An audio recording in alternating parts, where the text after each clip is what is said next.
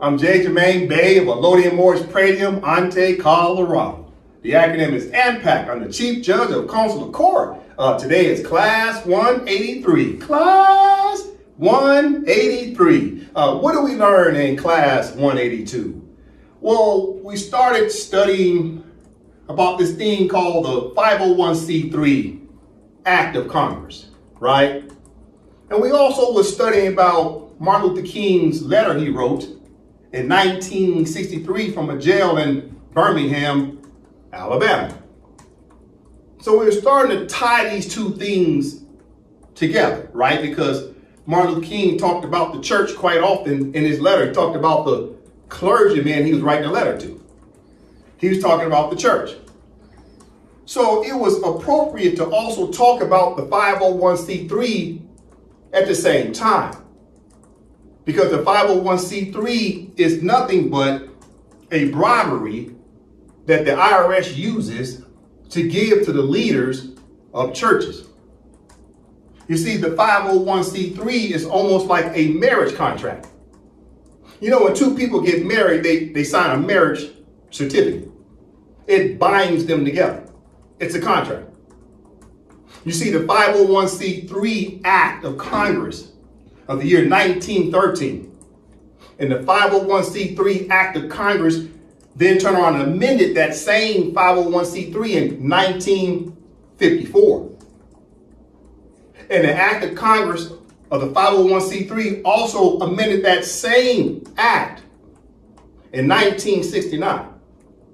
Therefore, that Act of Congress of the 501c3 is now directly tied to churches, colleges, and all types of other organizations counted on as charitable organizations. Meaning that colleges and churches are married directly to the United States federal government through the 501c3. It's a marriage certificate. You'll learn more about that today.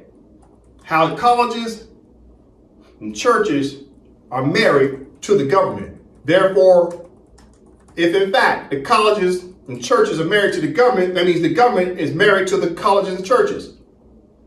Therefore, that means that the colleges and churches are what? An extension of the federal government. And guess who's head of household? The federal government. We're going to learn more about that today. Because you see, Martin Luther King tried to tell us all. What did he try to tell us? That we should not be focused in on what? Anything other than political independence. If Martin Luther King was talking about political independence in 1963, but yet the 501c3 denied the church from talking about politics and political independence. Therefore, Martin Luther King was saying things that was contrary, right? He was saying things that was contrary to the 501c3. Martin Luther King was rejecting the 501c3 because he knew that the 501c3 was designed to do what? Take away the freedom of speech of the church. He knew the 501c3 was designed to take away the freedom of speech even of the colleges. Keeping in mind, Martin Luther King went to Morehouse, the house of the Moors. Therefore, Morehouse College was being silenced by the 501c3.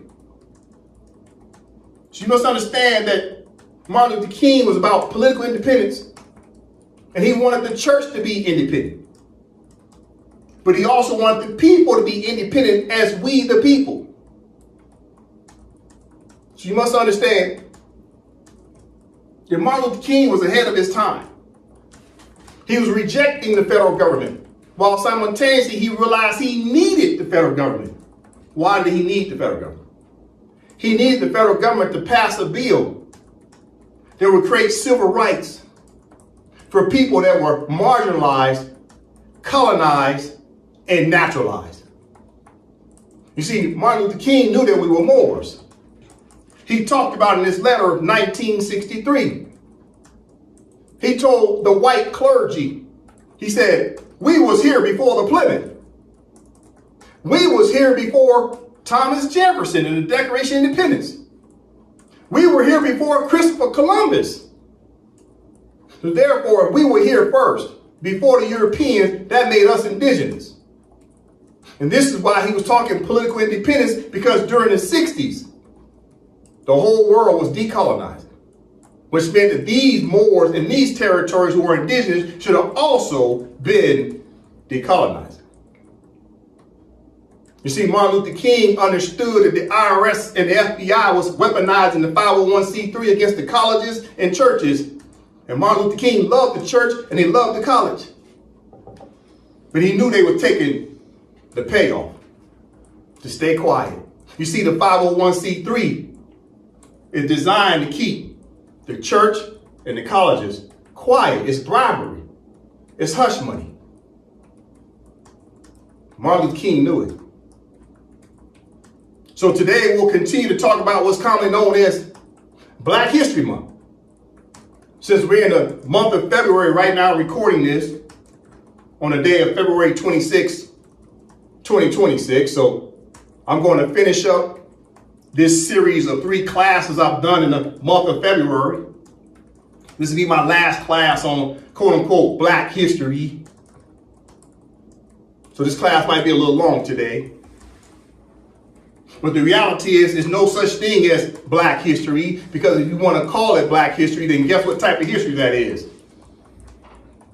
That's slave history. That's cognitive dissonance history. That's amnesia history. Because if you call yourself Black, that means what? You don't know your true identity. And this is why we keep calling ourselves a crayon, because we don't know who our creator is. Our creator is who? The state. The state gives you your nationality. We got God and state. The creator God, but the state gives you your nationality. So therefore, what is the nationality of your mother state? And this is why we call ourselves Black. Because what you call unknown. Because we suffer from cognitive dissonance. We suffer from amnesia. But the reality is we're Moors. And the short title for Moor is Moor, but the long title is what? Moroccan. So Moroccan, what's the short title for Moroccan? It is Moor. That is our nationality, Moroccan. We're not Black people. Black is not a nationality. There's no country called the Republic of Black. Because there was a Republic of Black state, then your nationality could potentially be Black. But if there's no state called Black, then you can't get your nationality from said state that will be called Black. Therefore, there's no Black nationality. Therefore, there's no Black history, because there's never been a state on planet Earth or country called Black. Just like there's no state or country called the Republic of Whites. White is not a nationality.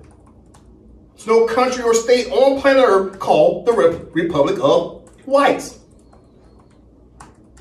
It's a caste system to keep Moors subjugated under a crayon status. So since people want to talk about Black history, then let's talk Black history. Let's talk about the real Black history through this class today. All right, let's get started. Okay, as the Moors know, I always open up with the Constitution. The Constitution is paramount. Why is the Constitution paramount, meaning first? It's because this is the only way to pledge your allegiance back to your original political mother, which is the Empire Morocco. We are not Black people. The word Black goes back to the origin of the word blackamoor, and before this blackamoor, just simply what? Moor. The word Black is a connotative linguistic. The word Black is a misnomer. You have to go backwards to the origin. You want to talk Black history? Then talk history. History didn't start with slavery. History started back when we were Moors. So let's talk about Moors. All right? So the Moors needed a constitution for their state. It's called the Empire Morocco's constitution. It's 106 articles. All right? Let's move on. There's a Circle 7 flag for the state. Our country, our mother's flag, is Circle 7, right? You got 5 points on the star. Then you got these 2 green stripes. That makes a total of 7, okay? Then you got the seal of the government, the Moorish government seal, right? The seal of the Empire Morocco for the Moorish government. That's it right there. If you want to learn more, go to eomgov.com. Okay? All right. So when you go to the website, you'll see the Empire Morocco seal on the left, the word Empire Morocco, then obviously you'll see the flag flying. Right? That's our mother flag. The Moors have to come back and pledge their allegiance to the Empire Morocco. We have established 3 branches of government of the Empire Morocco. It's been reinstated ever since the year 2024. So you got the Empire Morocco, which is the external sovereign independent state. Then you got the Sultan as head of state. That's an office, right? It's an elected office of 7 years at a time. Then you got 3 branches of government. You got the executive branch, legislative branch, and judicial branch, right? So who oversees the executive branch? Well, that's the prime minister.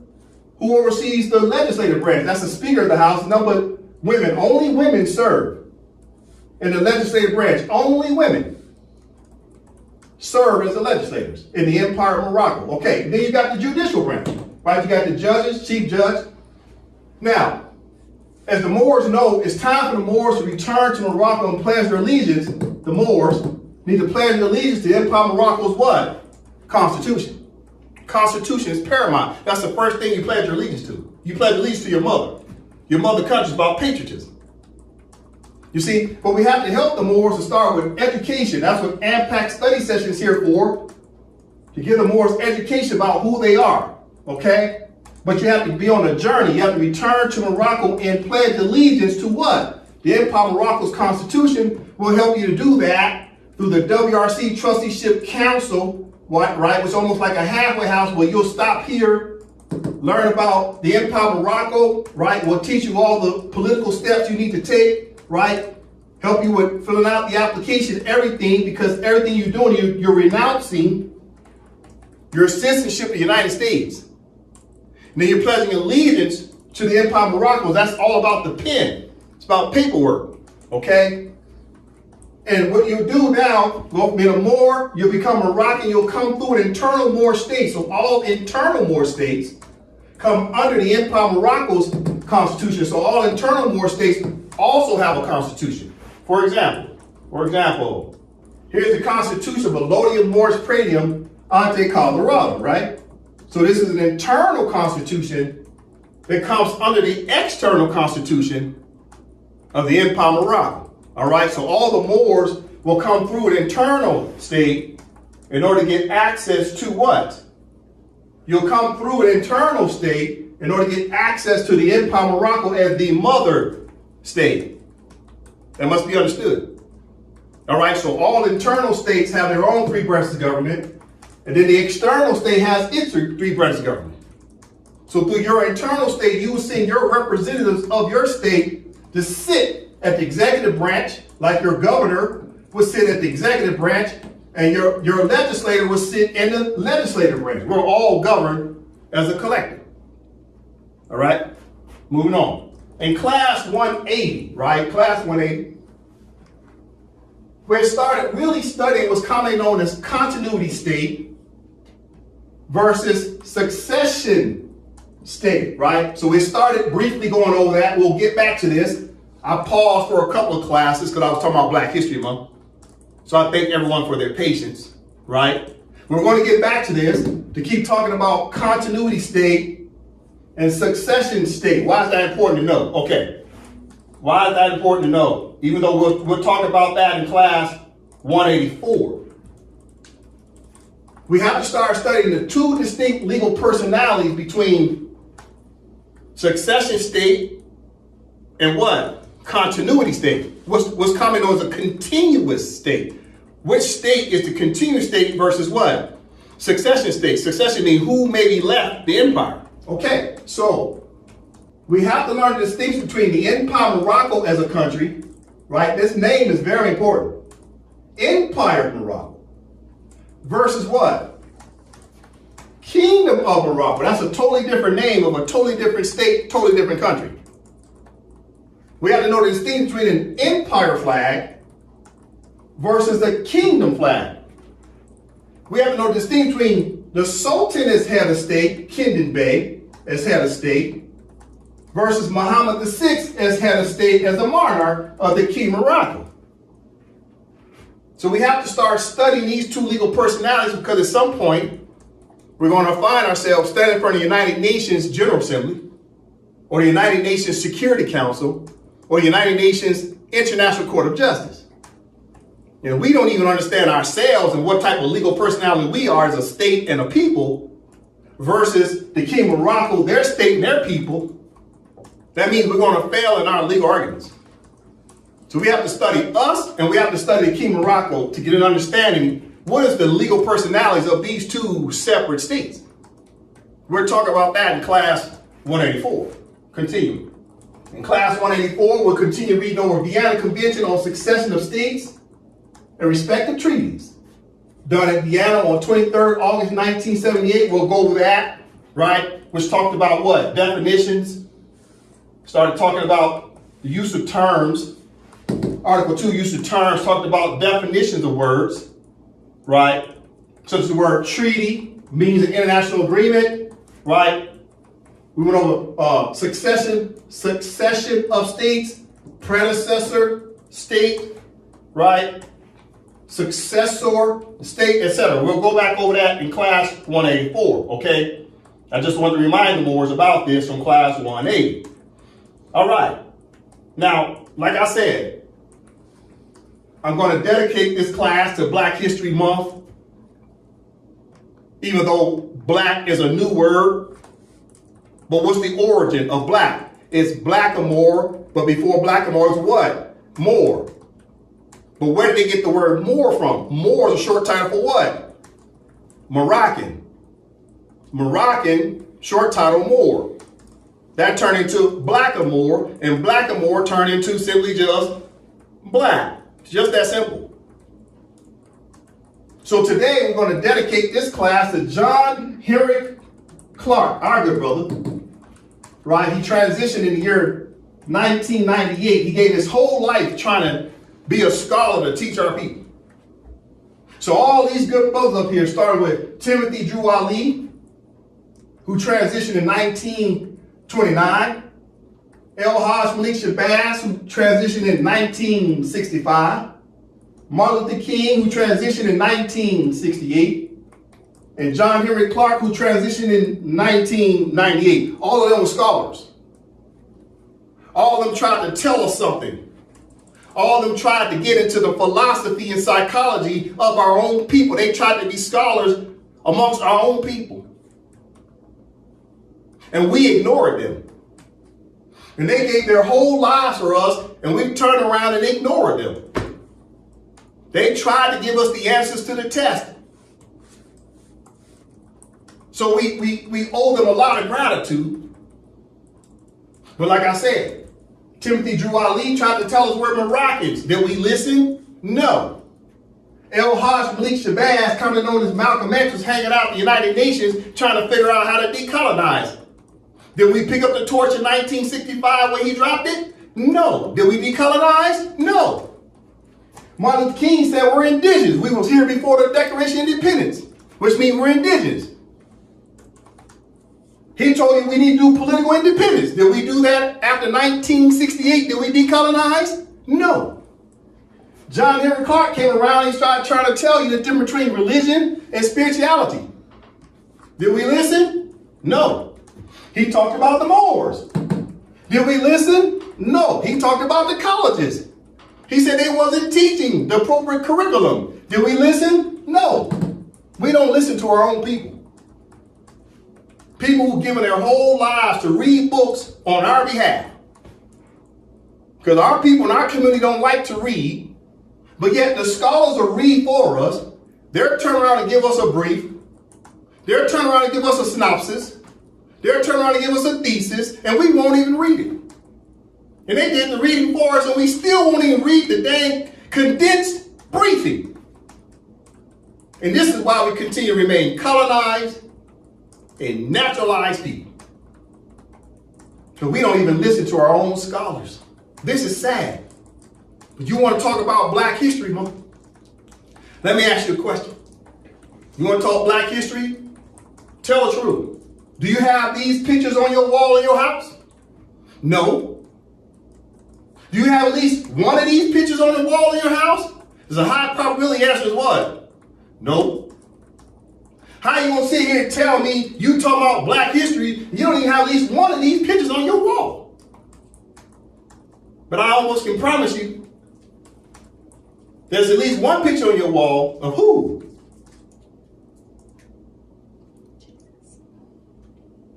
Who's on your wall? Michelangelo.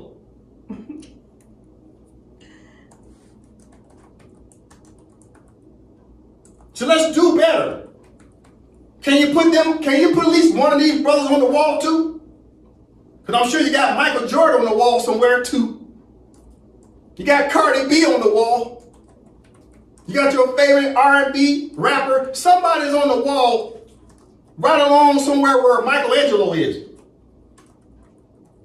Don't talk to me about black history until you know something about the history of these brothers or what they were trying to tell you about the Moors.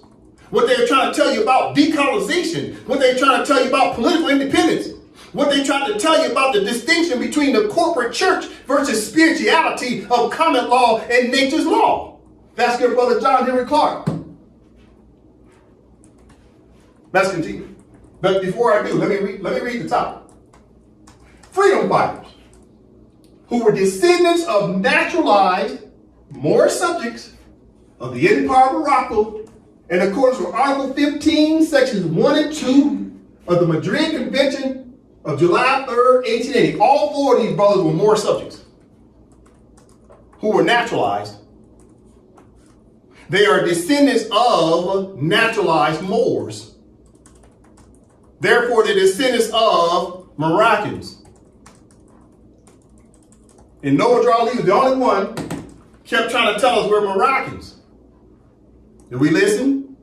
No. Let's continue. We're in Black History Month.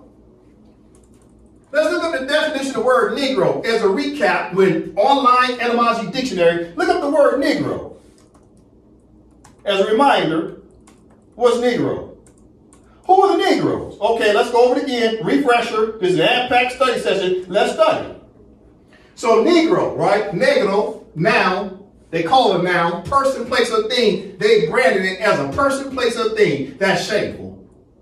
The so-called black skin, see the hyphen? Black skin, hyphen means adjective. Now it's a compound adjective, right? Description. So in red it says Negro, but who are the Negroes? Blacks, right? Who are the Negroes? Okay, let's go to red. Go to red. So who are the Negroes? The blacks, right? Let's stay in red. So who are the blacks then? Okay, who are the blacks? Oh, etymology dictionary says the blacks are the Moors, who are falsely called blackamoors. So the blacks are Moors. The blacks are Moors. Thus we got Moor, capital M, proper noun, capital M, proper noun, right? So therefore, what? The Negroes, the blacks, and the African Americans are all what? Moors. You see that? Let's talk Black History Month.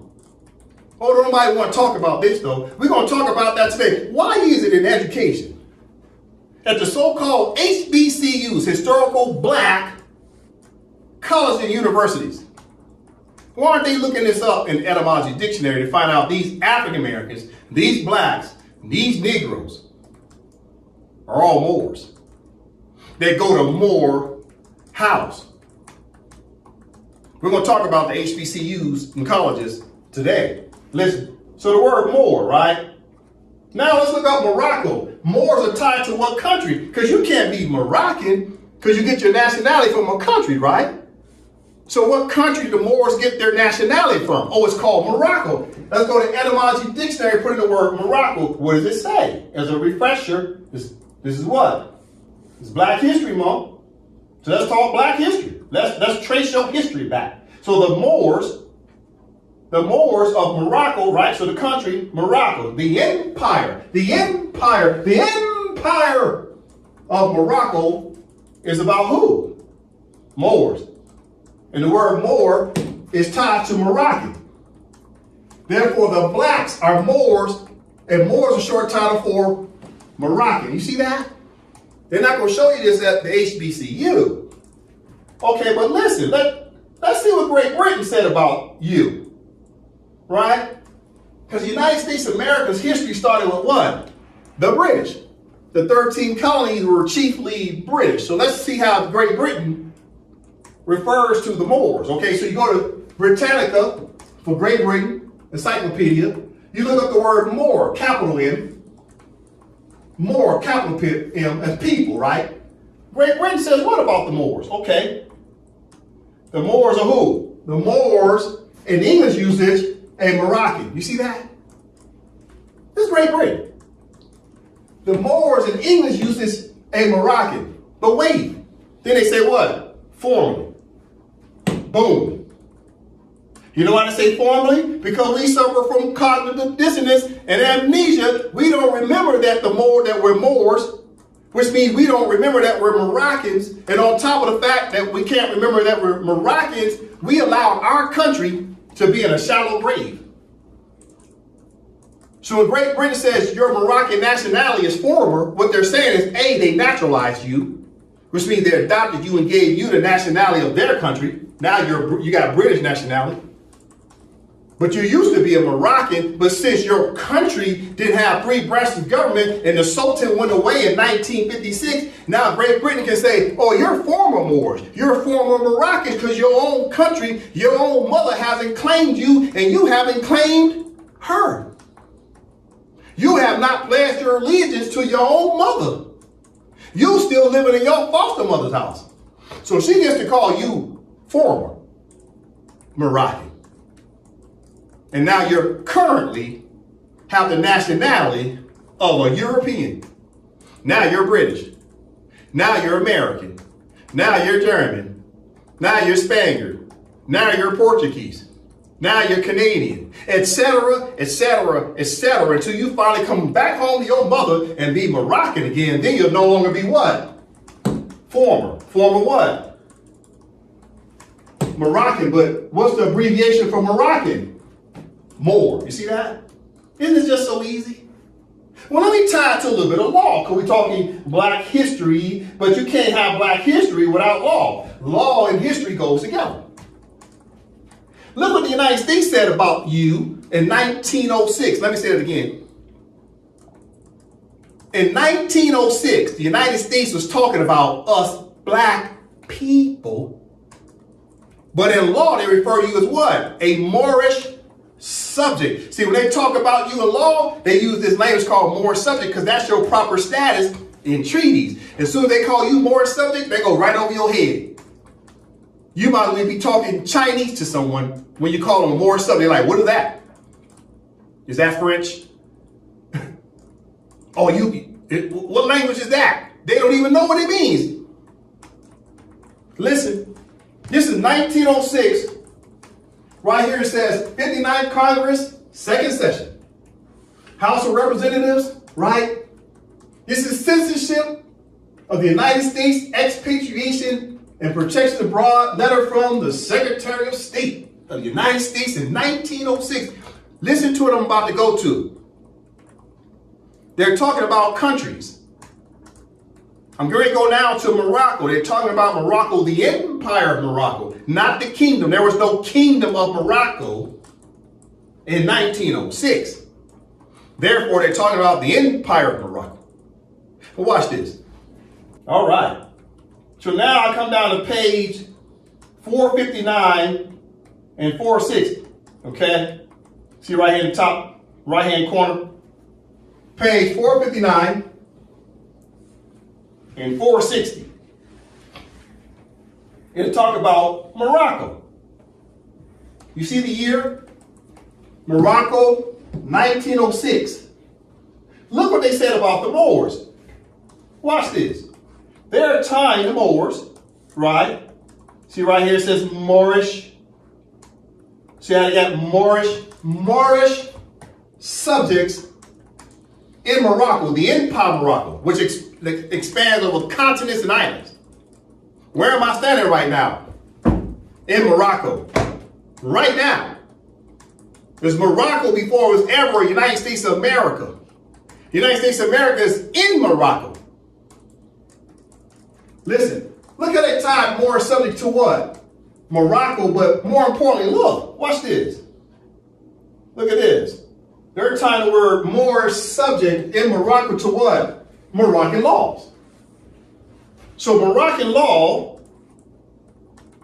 so the Moors, everything about the Moors is relating to Moroccan laws.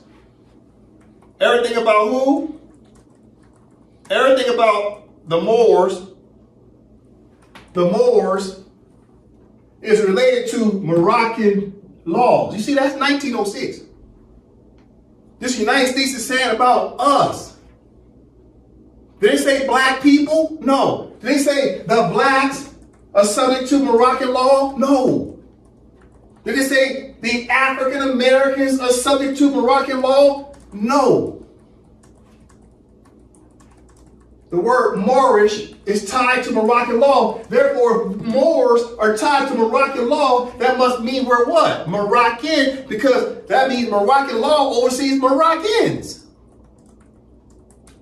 This is too easy. This is just called what? Reading. But what they say about the black man? You want to hide something, put it in a book. Well, what does that mean? Black people don't read law. We read, but we don't read law. And the Europeans have been hiding the truth about us right in plain view, because they write it in public law that these Moors come under Moroccan law. Therefore, that means the Moors are Moroccan. Listen.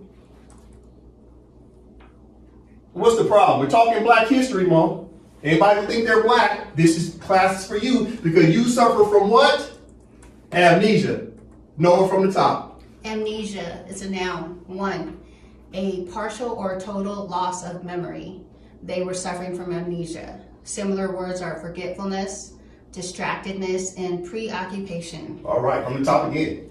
Amnesia is a noun. 1, a partial or total loss of memory. They were suffering from amnesia. Similar words are forgetfulness, distractedness, or preoccupation. All right, so amnesia means you have a partial or total loss of memory. Right? Because of what? You have what? You forgot who you are. Because you're too busy what? Distracted with what? Calling yourself black. So you're not focused on the word more, you're focused on the word black. You're distracted. It's a distraction. They got you off of the yellow brick road. And then the worst part is this. Preoccupation. You're preoccupied with being black, but you don't understand the word pre. Pre means before occupation. So what's the true pre-occupation? Well, occupation means something's holding on. It's occupying your time, your efforts, your mind. You ever heard of preschool? You ever heard of elementary? So in preschool, we teach our children that they're black. So they grow up thinking they're black from preschool through elementary. Next thing you know, they hold on to this identity crisis. We're teaching our children that their minds are preoccupied with being black. It's an occupation of our mentality. It's an occupation of cognitive dissonance. The mind has been colonized. You're preoccupied with distractions because we don't read law. We don't read law. So our minds are still colonized. The chains are still on our brains. I'll say it again. The chains are still on our brains. Listen. So we what? We suffer from amnesia. We forgot who we are, but the white man keeps putting it in books to tell you, but you don't listen. What else is our problem? We suffer from what? Cognitive dissonance, which is what? Psychological impact of what? Cognitive dissonance. We're talking Black history right now. We need to be honest and have a history conversation. What's a part of our history of our community? That we suffer from cognitive dissonance. That's a part of our history that we don't want to talk about. So when AMPAC study session puts this mirror in front of your face, you say, I don't want to look in the mirror. Oh, you mean you don't want to talk about real Black history? That's what you're saying. See, you want to talk about the stuff, oh man, you remember when they put the German Shepherd on me and the fire hoses? See, you want to talk about that. You want to talk about that trauma. When I turn around and I tell you, I know the answer to the test, to get us out of that condition, you say, oh man, I don't want to hear about that. I want to talk about my traumas. You want to keep going back, revisiting your traumas. You don't want to talk about the solutions. We as a people need therapy. Because everything's in our heads, our philosophy and our psychology that's got us all messed up. This is the problem. We can't admit when we look in the mirror, the reality is we're half the problem as a people, as a community.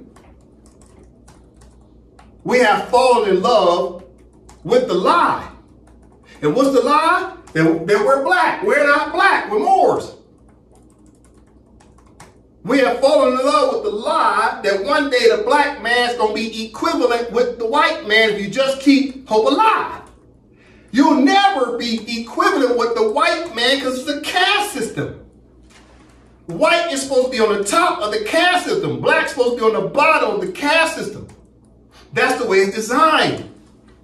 If you don't want to play the crayon game no more, then come home and pledge your allegiance to the Empire of Morocco where there are no crayons. There is no caste system. Come home. Then you ain't got to worry about being equivalent to the white caste system. You can be equivalent to the Moroccan people. Over here, we're just Moroccans, period. Listen, from the top, Brother Dre. Psychological impact. Cognitive dissonance can lead to stress, guilt, or anxiety when unresolved. It influences decision-making, behavior change, and even social interactions as individuals seek to maintain a coherent self-image and reduce mental discomfort. Understanding this phenomenon helps explain why people sometimes as evidence justify questionable actions or experience tension when their values and behaviors clash. All right, from the top again. Psychological impact. Cognitive dissonance can lead to stress, guilt, or anxiety when unresolved. It influences decision-making, behavior change, and even social interactions as individuals seek to maintain a coherent self-image and reduce mental discomfort. Understanding this phenomenon helps explain why people sometimes resist evidence, justify questionable actions, or experience tension when their values and behaviors clash. All right, so cognitive dissonance does what? It causes us as a people to do what? Cognitive dissonance causes us to resist evidence. Cognitive dissonance causes us to resist evidence. What's the evidence? Listen, what's part of the evidence? Okay, listen. What's part of the evidence? Well, the definition of Negroes, Blacks, right? The definition in etymology dictionary, they tell you Negroes, Blacks, and African Americans are Moors. That's called evidence. Material evidence. Circumstantial evidence. But what would make it conclusive evidence is when you pledge your allegiance to Empire Morocco, then you'll be a bona fide Moor. Until then, you remain under the caste system as an African American, Negro, or a Black person, but you'll never be a Moor where it's conclusive evidence because you've pledged your allegiance. So if you don't pledge your allegiance, you remain what? Naturalized and or colonized. You see?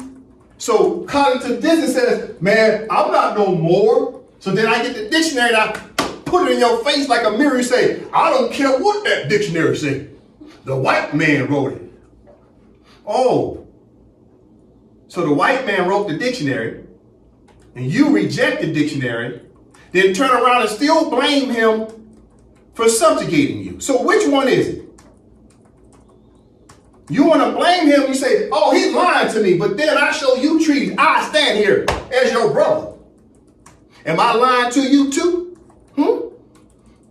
So you're saying the white man wrote it, but then I turn around, I try to show you these dictionaries, I show you treaties, I show you international correspondence, I show you all this evidence, and you still turn around and say, well, I'm just black. See, that's cognitive dissonance because you can't handle the truth while simultaneously telling the white man it's all his fault.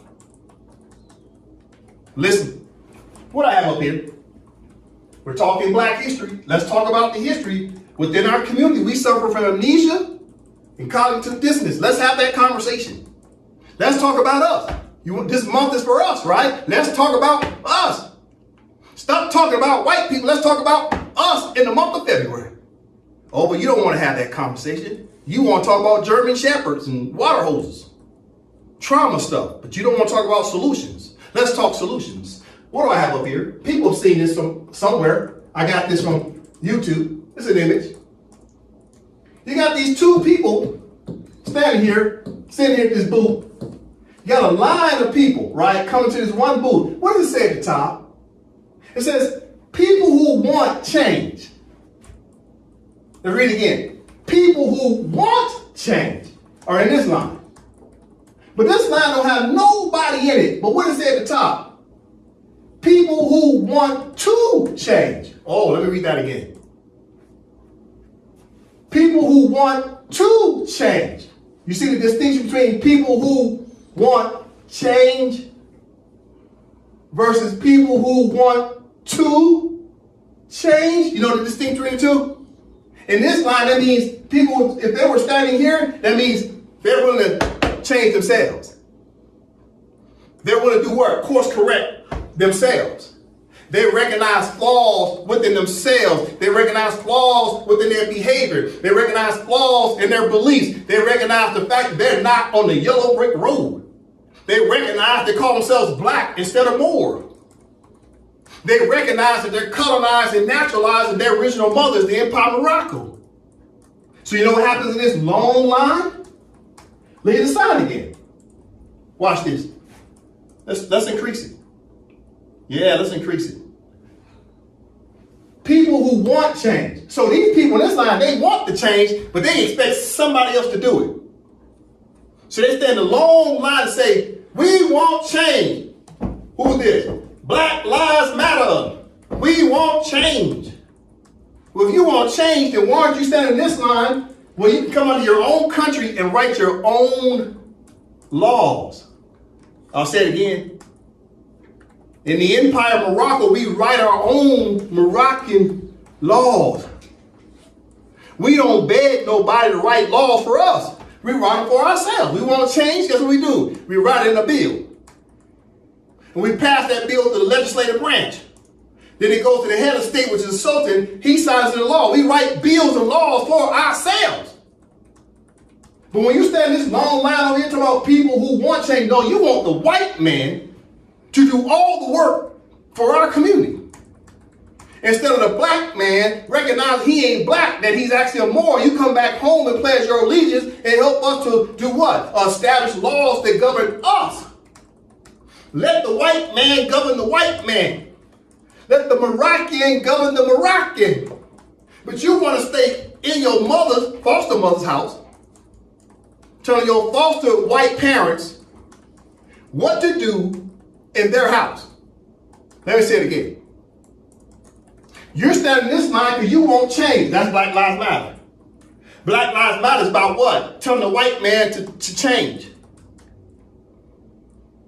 But if you stop being black and be a more Moroccan, that means people who want to change. I mean, you have to be a part of the very change you want. And you know where that change starts? Self. And that's where we fall apart. We don't want accountability of self. And this is why we say Islam. What does Islam mean? It got nothing to do with religion. It's about I self-law and master. You got to master self. To know you got to change yourself within, from the inside out. How you are on the inside reflects your outer, exterior. Therefore, if you suffer from depression and all this stuff, that means on the inside you're depressed. The reason why we ain't got nothing coming is because we keep calling ourselves black. On the inside, you think you black. I'm black and proud. That's your problem. No, you're black and miseducated. Because there's no such thing as black people. We're Moors. So the Moors, look at this line. Look at this line. Here's what's happening. This should be the line right here for, let's say these are the black people. I won't change. These blacks going up to Congress, begging the governor, begging the mayor, begging the president, begging the senators, begging the House of Representatives, because you want them to make change. But this line is wide open. Ain't nobody standing. You know what this line represents? The Empire of Morocco. The doors are wide open. Ain't nobody stopping you from coming in to pledge your allegiance. We got a government chair ready for you. You can help us pass laws. You come over here, you don't have to deal with the crayon colors. You don't have to deal with discrimination. You don't have to deal with the caste system. We're welcoming you in. You're going to be first in line. Boom, right there. You know what? That's why it's empty. Why? Because everybody in this line suffers from what? Cognitive dissonance. Everybody in this line right here suffers from what? Amnesia. And the worst part is, everybody in this line right here suffers from what? Lack of accountability. Because we want somebody else to do the work for us. We want somebody else to write laws for us, when we could be writing laws for ourselves, under our own country, our own flag. You see? This is a very powerful image. Blacks versus Moors are not standing in line. Where are the Moors? Where are the Moors that should be standing in line right here? People who want to change. People who want, the people have to change before the situation or circumstances change. The people have to change. Listen, in class 182, we were taking a deeper dive into the 501c3. So I'm going to continue with that education, because this is Black History Month. I'm recording this in February 26, 2026, so it's appropriate for me to talk about this in the month of February. Black History Month is directly tied to the 501c3. I'll prove that today. I'm going to show the Moors, I'm going to show black people that the United States of America, everything they've done through the IRS 501c3 is directly tied to the Moors. The 501c3 was designed to stop the Moors from decolonizing. The 501c3 was designed to keep the Moors from their political independence. The 501c3 was designed to stop the Sultan of the Empire of Morocco. The 501c3 was designed to stop France from helping the Moors of the Empire of Morocco. And then the 501c3 also weaponized the FBI to allow the FBI to come in and start to threaten people. But the worst part about the 501c3, and what you'll learn today, that anyone who uses the 501c3 is directly working for the federal government, and you don't even know it. You're an intergovernmental organization. You're an extension of the federal government, which means you're an extension of the colonist. Therefore, you're doing the work on behalf of the colonist because you're in a marriage with him. You're in a partnership with him through the 501c3. And the 501c3 is nothing but hush money. We'll talk about that today. All right. As a refresher, number from the top, 501c3 organization on Wikipedia, first paragraph. A 501c3 organization is a United States corporation. Pause. Take it from the top. 501c3 organization. A 501c3 organization is a United States corporation. Pause. Let's read it again. A 501c3 organization is a United States corporation. Well, wait a minute. Let's increase that. Hold up. It says a 501c3 organization is a United States corporation. So anyone using a 501c3 is an extension of the United States government.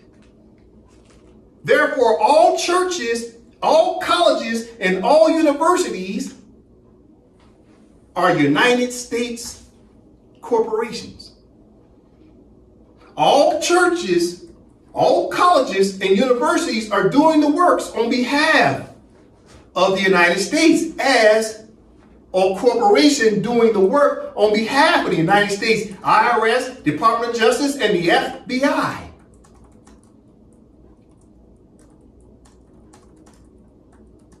Let's read it again, Nova. A 501c3 organization is a United States corporation. Pause. A 501c3 organization is a United States corporation. The United States said your church, your university, and your college is a United States corporation.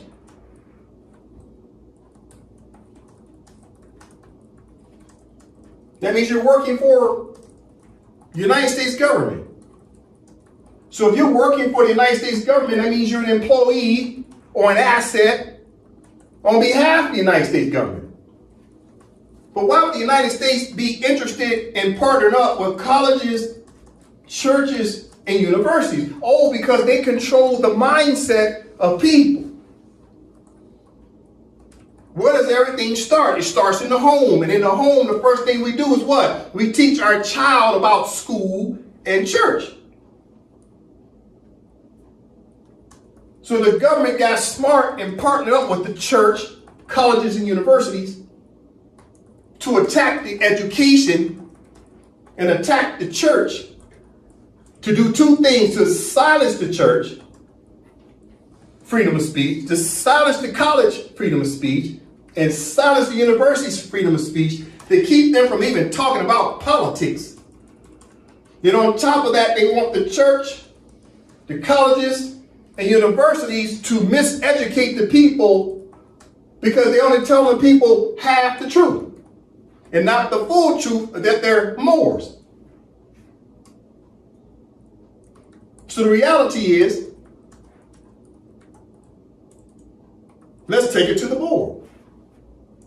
The weaponization and the co-conspiracy of the IRS, FBI, and colleges through the 501c3 corporation tax exemptions have caused harm to the blackamoors because it caused the HBCU's leaders to ignore nationality in exchange for prosperity. Cash made colleges sell out. Let's talk about that.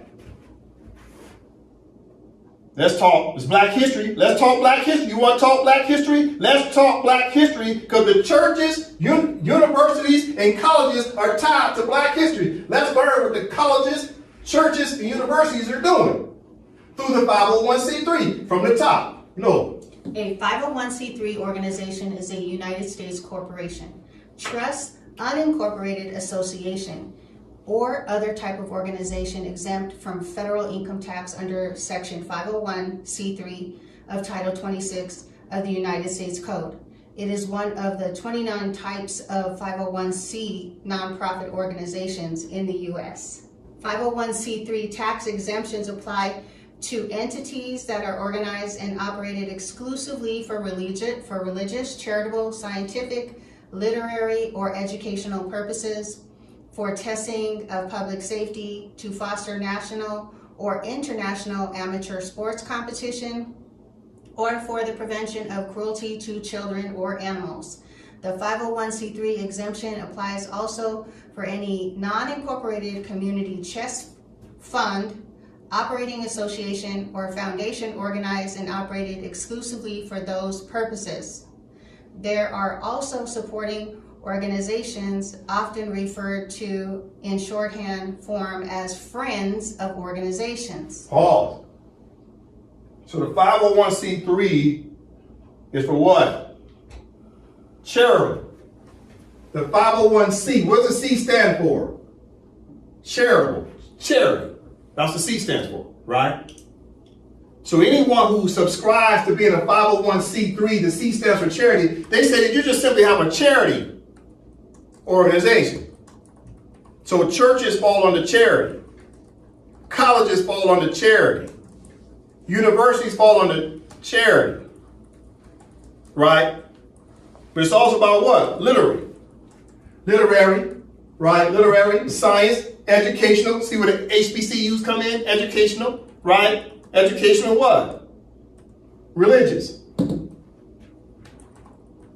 So United States IRS is using this as a pass-through to get access to colleges, universities, and churches to silence them, to take away what? Their freedom of speech through what? A tax what? A tax exemption. In other words, it's a bribery for you to stay quiet and not talk about your true Moorish history. You see? Listen, there's a refresher. Know it from the top. Limitations on political activity. Section 501c3 organizations are prohibited from supporting political candidates as a result of the Johnson Amendment enacted in 1954. Section 501c3 organizations are subject to limits on lobbying, having a choice between two sets of rules establishing an upper bound for their lobbying activities. Section 501c3 organizations risk loss of their tax-exempt status if these rules are violated. Paul, so they threaten them, say, we're going to give you a tax credit to let you keep the money. But if you start getting involved with politics, meaning you're starting to talk about the problems of your community.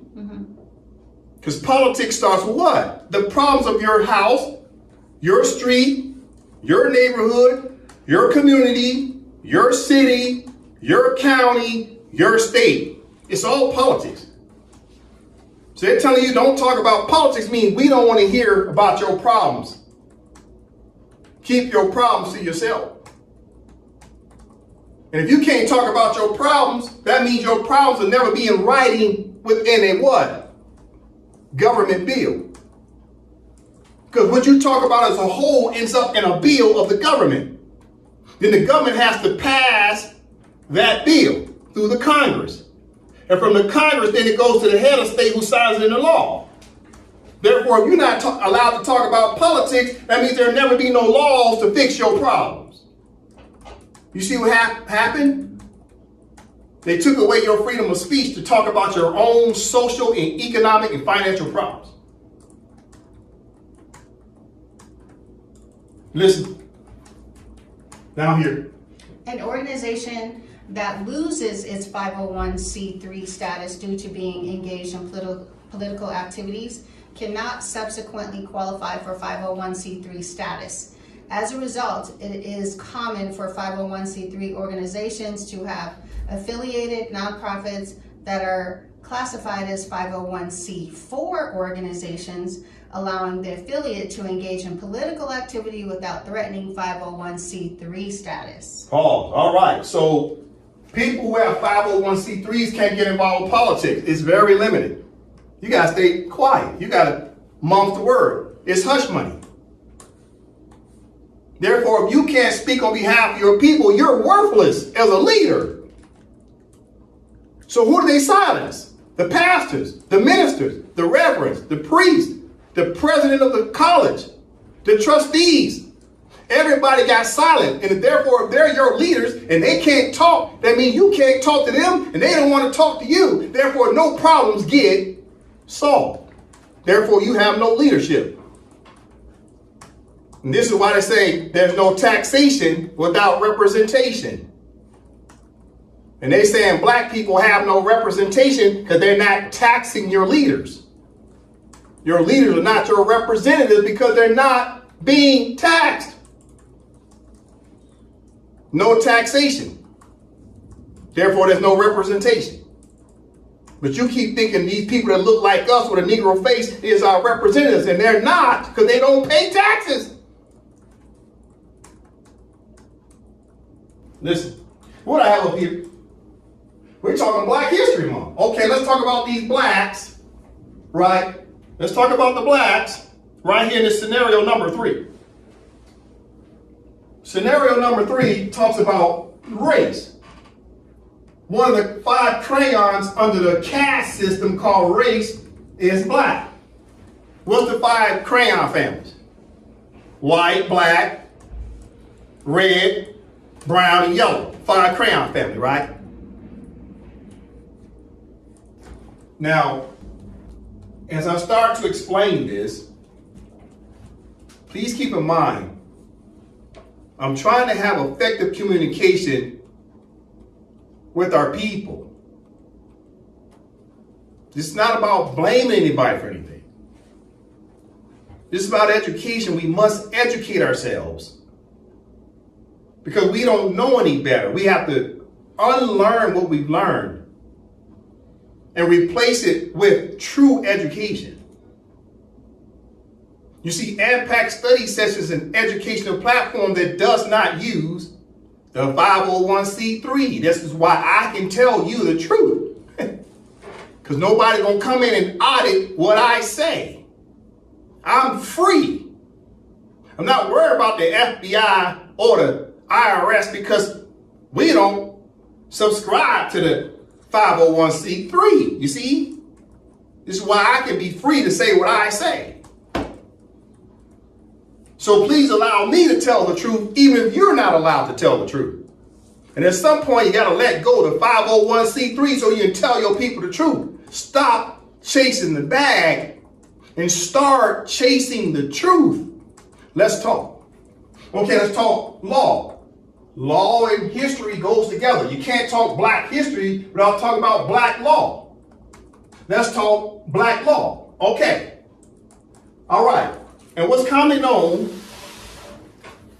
is the Black's Law Dictionary, right? Front of it says Black's Law Dictionary. So we're going to talk law. This is a book. And they say black people don't know nothing because we don't read. But more specifically, we don't read what? Law. Listen. So in the Black's Law Dictionary, under the word color, look at what it says. Drake from the top. Color, an appearance, semblance, or simulacrum as distinguished from that which is real. So right then and there in the definition of color in the Black's Law Dictionary that all judges use, all attorneys use, all the clerks of the court use, all paralegals use. You know, everybody that calls themselves colored, i.e. black, said it's an appearance. It's only an appearance. Semblance or simulacrum, as distinguished from that which is real. They're saying you call yourself black, you ain't even real. This is Black's Law Dictionary. Continuing. A prima facie or apparent right, hence a deceptive appearance, a plausible assumed exterior. Pause. So when you call yourself black or a colored person, it says a prima facie or apparent right. It says apparent right, but it's really not a right. Hence a deceptive appearance. So calling yourself black is a deceptive appearance. Why is it deceptive? Because there ain't no such thing as black people. It's deceptive. Something's being hidden behind the veil. What's behind the black veil? It's a person called a Moor, who now call themselves black. They used to call you a blackamoor. Now they just call you black. But before they call you blackamoor, they call you what? Just simply what? A Moor. So you're living a life that's what? Deceptive. Anybody call themselves black, you're living a deceptive life because you're having what? An identity crisis. It's deceptive when you call yourself Negro, black, and color, right? It's an assumed exterior. Assumed. You assume that you're black. You assume that you're colored. Because that's what you're talking. You're talking exterior, because you're talking complexion, but you're not talking nationality. And this is the game they played on us. They know this in law. Continue. Concealing a lack of reality, a disguise or pretext. So color, meaning black, is concealing a lack of reality. It's a disguise. This is Black's Law Dictionary. Black and Negro color is concealing a lack of reality. They saying black is not even real, which means when we call ourselves black, we're delusional. We suffer from cognitive dissonance because we can't deal with what? Reality.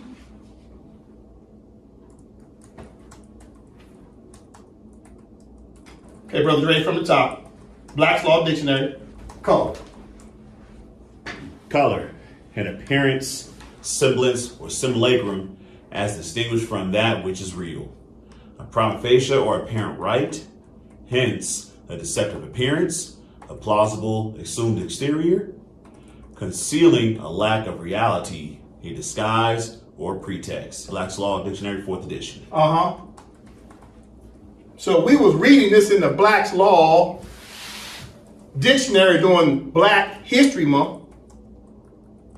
We reading Black's Law Dictionary during Black History Month. Then we know it called ourselves a crayon, which is a color, is not reality. Therefore, we are fictional beings when we call ourselves a crayon or color. Because the Europeans all know your true reality of your nationality is what? A Moor.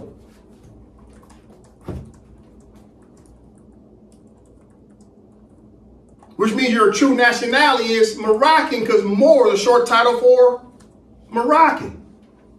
And Moor is supposed to come under what? Moroccan law and not American law.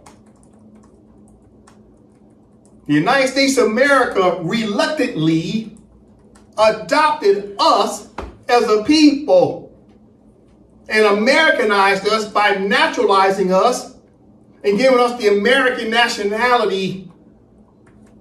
But we used to have Moroccan nationality. So they really truly didn't want to make us American, so they just called us what? Black. Because they never want to really call you what? American. So they put everything in crayons in black to disguise and cover up your true nationality, because they didn't want you to be Americans, but at the same time, they didn't want you to find out that you're Moroccan. Why? It's because the Moroccans are the indigenous people of the land. The Moors built all these megalithic stone capitol buildings that you see in every territory. Not the Europeans. The Europeans built log cabins. They didn't build megalithic obelisk stone buildings and statues. They built log cabins. You see how easily Donald Trump tore down the White House? Tell Donald Trump to try to tear down one of the Moorish buildings that easy. He ain't gonna be able to do it. How is the president is sitting in a log cabin house that can be torn down in one day, while simultaneously the Moors built all these megalithic stone capitol buildings all over the world? So the Europeans are claiming they built these megalithic capitol buildings, then why did they build a megalithic capitol building for the president of the United States? You see? It's because they couldn't build it. They can't even replicate it. They can't duplicate it. They can't imitate it. So they built the president a log house and painted it white. And that's why Donald Trump could tear down the East Wing in less than a weekend. You see?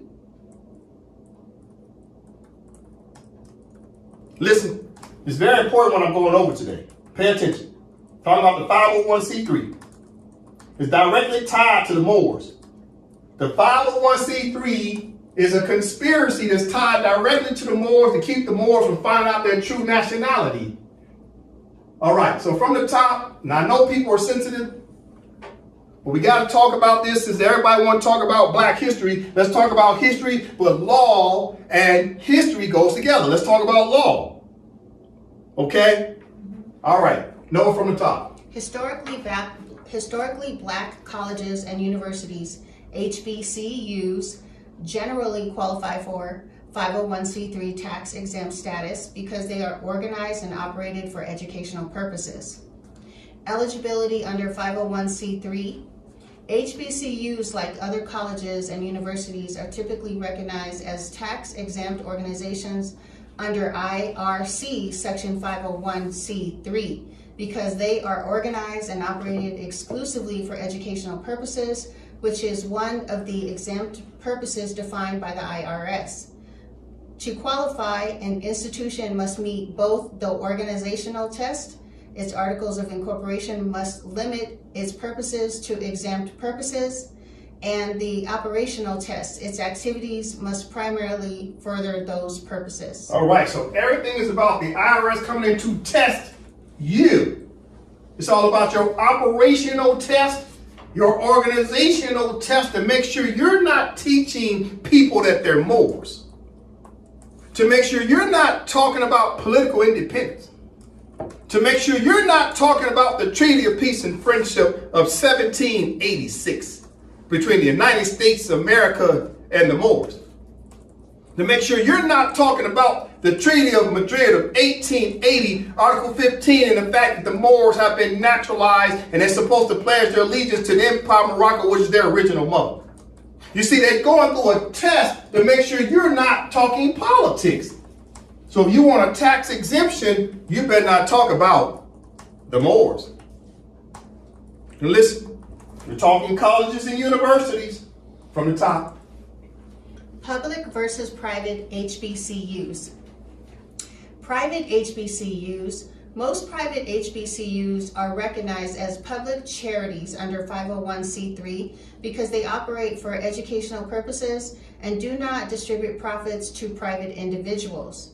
They must file IRS Form 1023 or 1023-EZ to obtain recognition of exemption and submit annual Form 990 to maintain compliance. Continue. Public HBCUs, many public HBCUs are state-supported and may qualify for tax exemption under Intergovernmental Immunity, IRC Section 115. Pause. Read this part again. Public HBCUs, many public HBCUs are state-supported and may qualify for a tax exemption under Intergovernmental Immunity. Pause. So HBCU, the public HBCUs are what? Intergovernmental immunity. The HBCUs have immunity. Because they're what? Working for the government.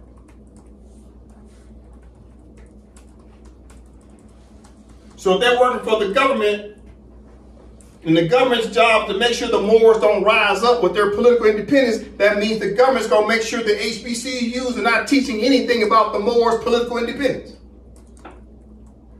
They're going to make sure you keep talking about the fact that we're Negroes, blacks, colors, and African Americans, but you better not talk about the Moors, or you're going to lose your tax exemptions.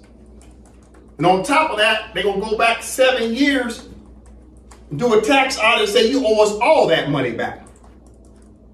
They're going to penalize you for talking about your own true Moorish history, but they want you to talk about black history to keep your people stuck in cognitive dissonance and amnesia, to keep telling your children that they're a crayon.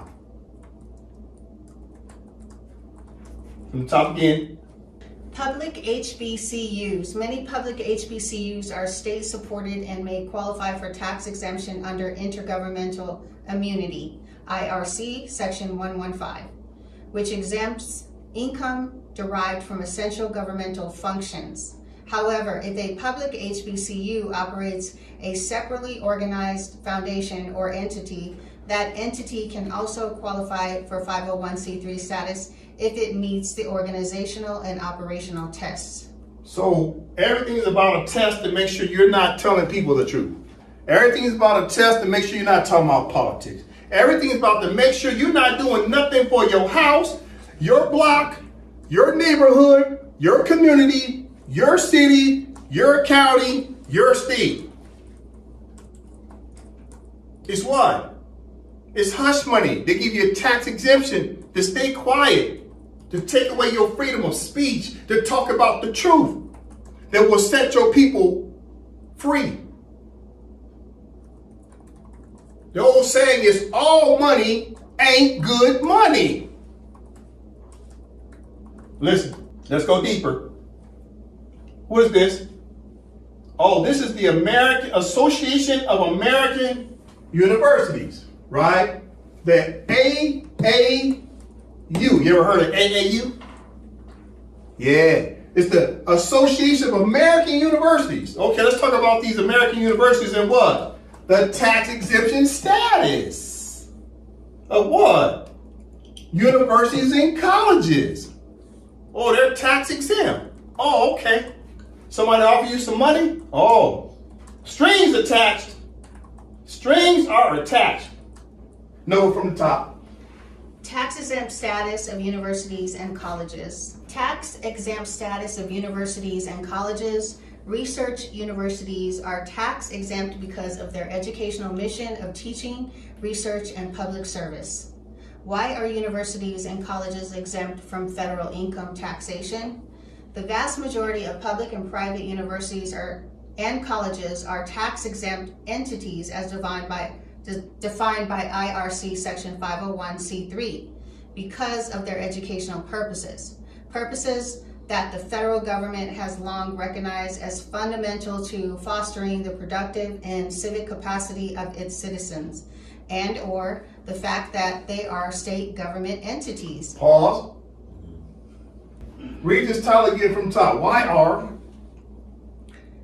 are universities and colleges exempt from federal income tax? Okay, why are they exempt? Oh, okay, just a moment. Because what? Because what? They are state governmental entities. So why are they exempt? Because what? They are state governmental entities. You see that? They are state governmental entities. Therefore, colleges and universities are an extension of the federal government. And the federal government is trying to suppress and oppress the true history of the Moors. They started this in 1913. The 501c3 Congress Act, 1913. Then they amended it again in 1954. We'll talk about that today. Then they amended it again in 1969. We'll talk about that today. 3 times.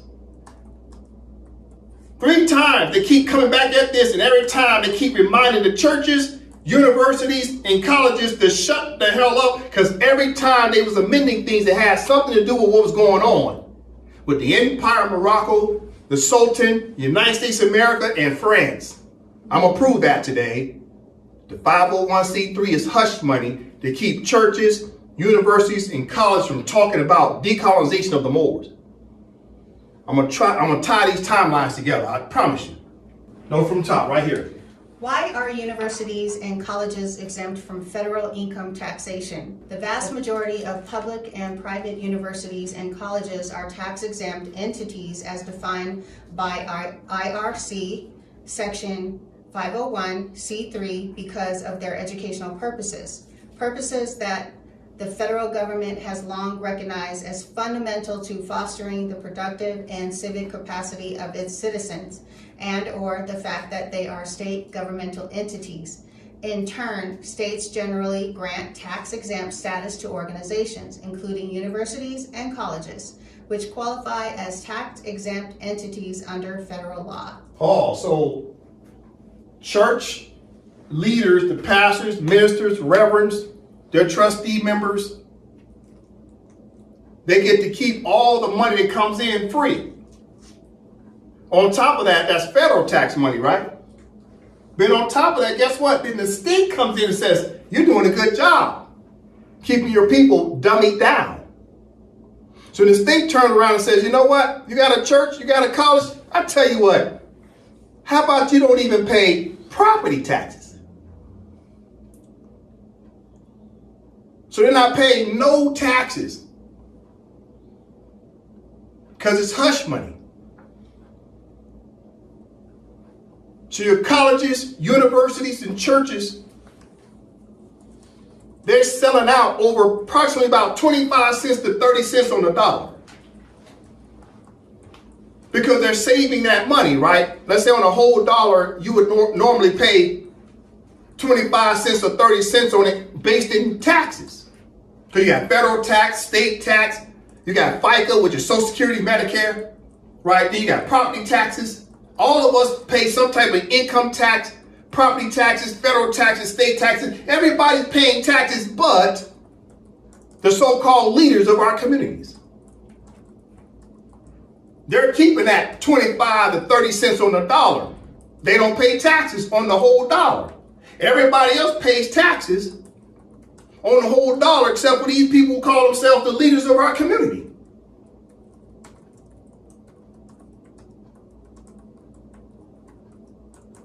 Listen. Income from activities that are substantially related to the purpose of an institution's tax exemption, charitable contributions received, and investment income are not subject to federal income tax. The federal tax code classifies tax-exempt colleges and universities and their foundations as public charities. Consequently, they have historically not been subject to tax on investment income, payout requirements, or other rules that apply to private foundations. So all these foundations they got, tax exempt. Listen. Corporations and any community trust, fund, or foundation organized and operated exclusively for religious, charitable, scientific, testing for public safety, literary, or educational purposes. Private universities, as well as some public universities and foundations that support public universities, qualify as tax-exempt charitable organizations because they meet the requirement of IRC Section 501c3, which includes corporations and any community trust, fund, or foundation organized and operated exclusively for religious, charitable, scientific, testing for public safety, literary, or educational purposes. Public universities can and often do obtain tax-exempt 501c3 status because they qualify as quasi-governmental entities that are separately organized entities, pass the government test by being an educational organization, and do not possess regulatory power and are not an integral part of the state government. Pause. Take it from here. Public universities can and often do obtain tax-exempt 501c3 status because they qualify as quasi-governmental entities that... Pause. Take it from the top again. Public universities can and often do obtain tax-exempt 501c3 status because they qualify as quasi-governmental entities. So, colleges and universities are what? Quasi-governmental entities.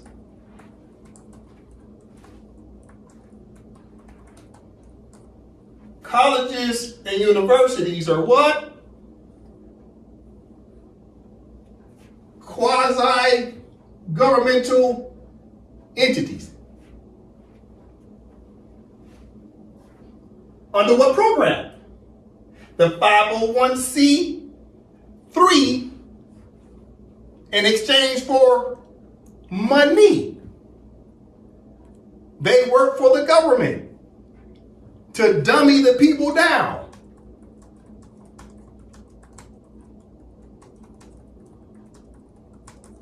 Let's read it again. Before we read, time out. Let's go to the top. Reference point. Who's talking about this? Who's talking about this? The Association of American Universities, AMPAC. AAU. The AAU is confessing. So the AAU works for who? The feds. Take it from here. Public universities can and often do obtain tax-exempt 501c3 status because they qualify as quasi-governmental entities. So do you think they're honestly educating the people or they're miseducating the people? If they're working for the government and the government's job is to make sure people don't know about the Moors, and they're paying off all the colleges. This is Harvard, Yale, Clark Atlanta, Morehouse, Spelman, Georgia Tech, Howard, Stanford, you name it. All of them work for the federal government. They're dumbing the people down. So white people and black people don't know the truth. Nobody knows. White students are being miseducated. Black students are being miseducated. And they don't even know their colleges work for the feds as quasi-governmental entities.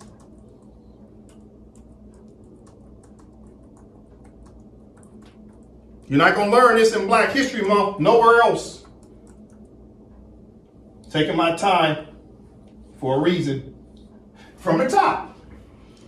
Public universities can and often do obtain tax-exempt 501c3 status because they qualify as quasi-governmental entities that are separately organized entities, pass the organizational test by being an educational organization, do not possess regulatory power, and are not an integral part of the state government.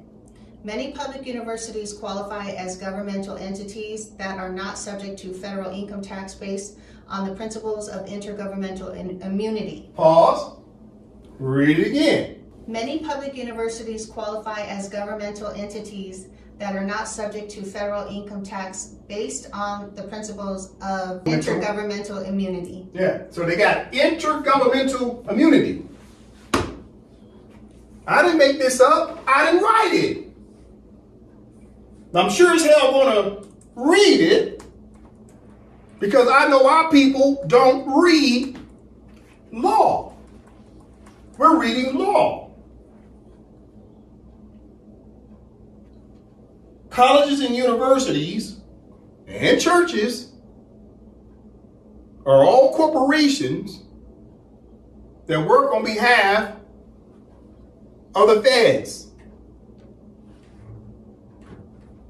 And the feds have given them hush money in the form of tax exemptions to silence their freedom of speech, to tell the truth and nothing but the truth. The truth will set people free so it's not allowed to be talked about. Listen from the top. Many public universities qualify as governmental entities that are not subject to federal income tax based on the principles of intergovernmental immunity.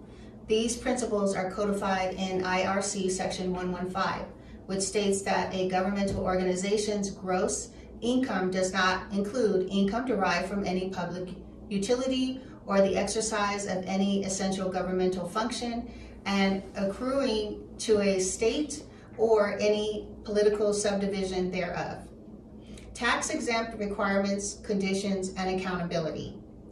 As tax-exempt entities, universities and colleges are regulated by both the federal government as well as state governments. Each year, these institutions must demonstrate their compliance with federal and state laws and regulations that govern tax-exempt entities through tax filings, audits, and public reports. The Internal Revenue Service, the IRS, requires all private universities and public charitable foundations that support public universities to submit an IRS Form 990 each year. Institutions are required to report on their mission, revenues, expenditures, endowments, salaries, and benefits of top officials, charitable gifts, lobbying activities, and more. This information is made available to the public. The IRS also closely oversees charitable giving to tax-exempt universities and colleges. Institutions must comply with IRS regulations and rules with respect to the valuation, disclosure, and use of charitable gifts. Tax-exempt private and public universities and colleges do not pay income taxes. However, they do pay other forms of taxes, such as payroll taxes for their employees. Pause. All right, so that's enough information about the background about tax-exempt status of universities and colleges. As you can see, they work for the government. They don't work for you. Their job is to dummy you down, to keep you from knowing the truth about the Moors. We're going to talk about how the United States of America, the Moors, the Sultan, and France, how they're all tied to the 501c3. We'll talk about it today. Listen, charitable. No. Charitable. The C in 501c3 stands for charitable. This designation indicates that the organization is approved by the IRS as a tax-exempt charitable organization, which means it is organized and operated exclusively for charitable purposes such as religious, educational, scientific, literary, or other public welfare activities. All right, so it sounds so innocent, right, when you see the word charitable. But who's keeping the charity? They're giving charity to themselves. They keep all the money to themselves. So if the United States says, yeah, y'all keep the money, don't pay taxes, that means they just have what's commonly known as a windfall of cash all of a sudden. If you don't have to give it to the feds, then who are you giving the money to?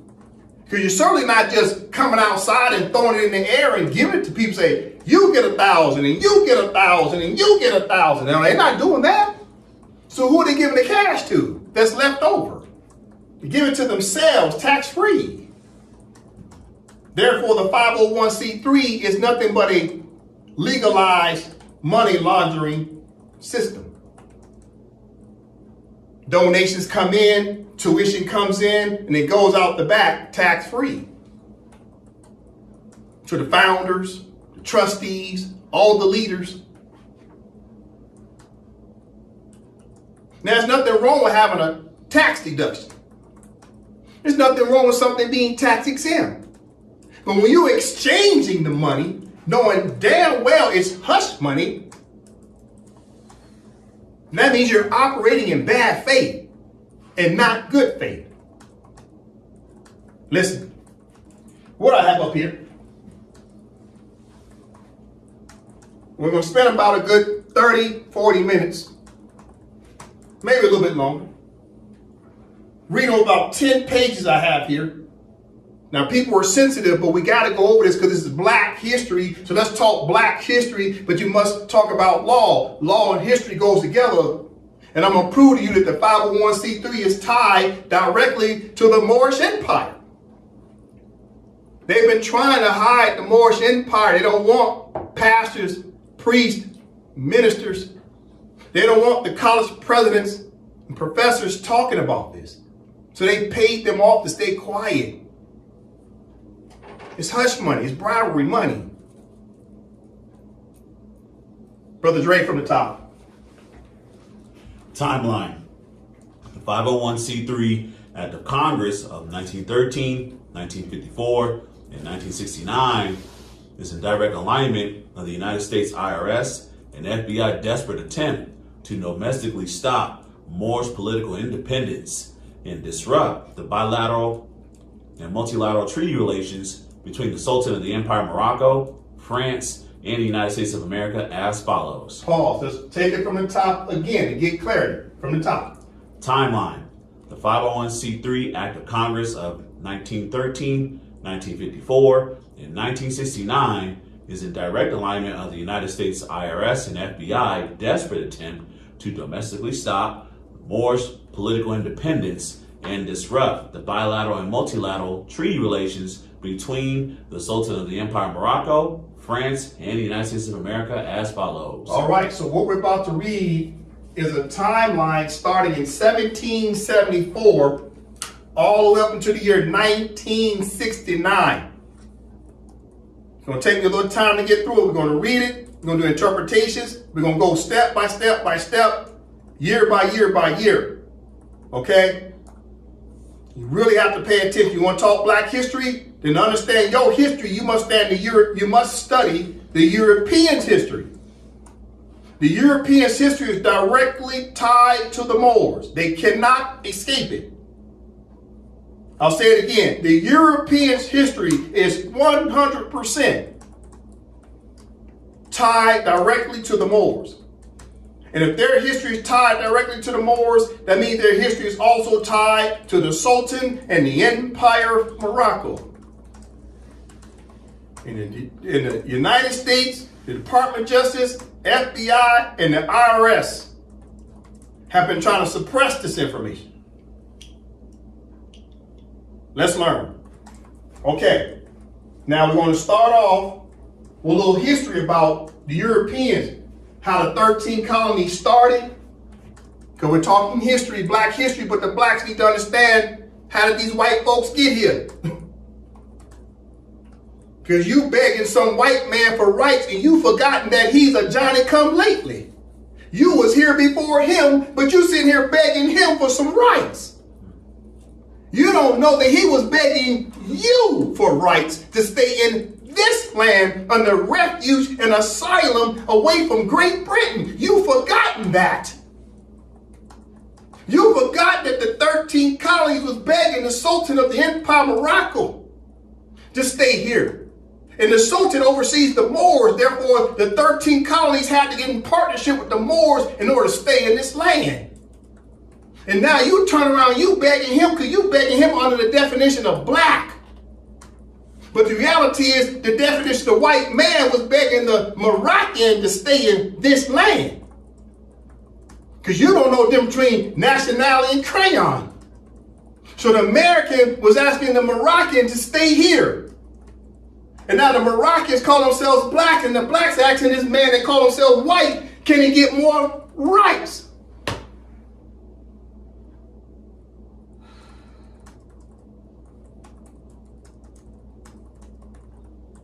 So in red, I have what's commonly known as years, right? Month, date, right, in red, and black, short description, okay?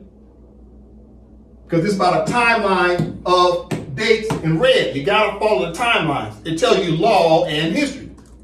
From the top, Brother Dre. 1. March to May 1774. Great Britain enacted the Boston Port Act of 1774, the Administration Act of 1774, and the Massachusetts Government Act of 1774 as a British Parliament countermeasure against the Boston Tea Party scheme. 2. July 4th, 1776, the 13 chiefly British colonies declare their independence from Great Britain. 3. December 20th, 1777, the Sultan of the Inner and Outer Empire of Morocco formally recognized 13 United North American states in Morocco. Pause. Read again. 3. December 20th, 1777, the Sultan of the Inner and Outer Empire of Morocco formally recognized the 13 United North American states in Morocco. So what does this mean? The Sultan of the Inner and Outer Empire. So what is Inner and Outer Empire? Inner Morocco was what? What you call Tangier Morocco. Tangier, Fez, Casablanca, etc. Okay? Outer Morocco is the continent we're standing on called America. So you got Inner Morocco and Outer Morocco, because the Empire of Morocco is an empire that expands over continents and islands.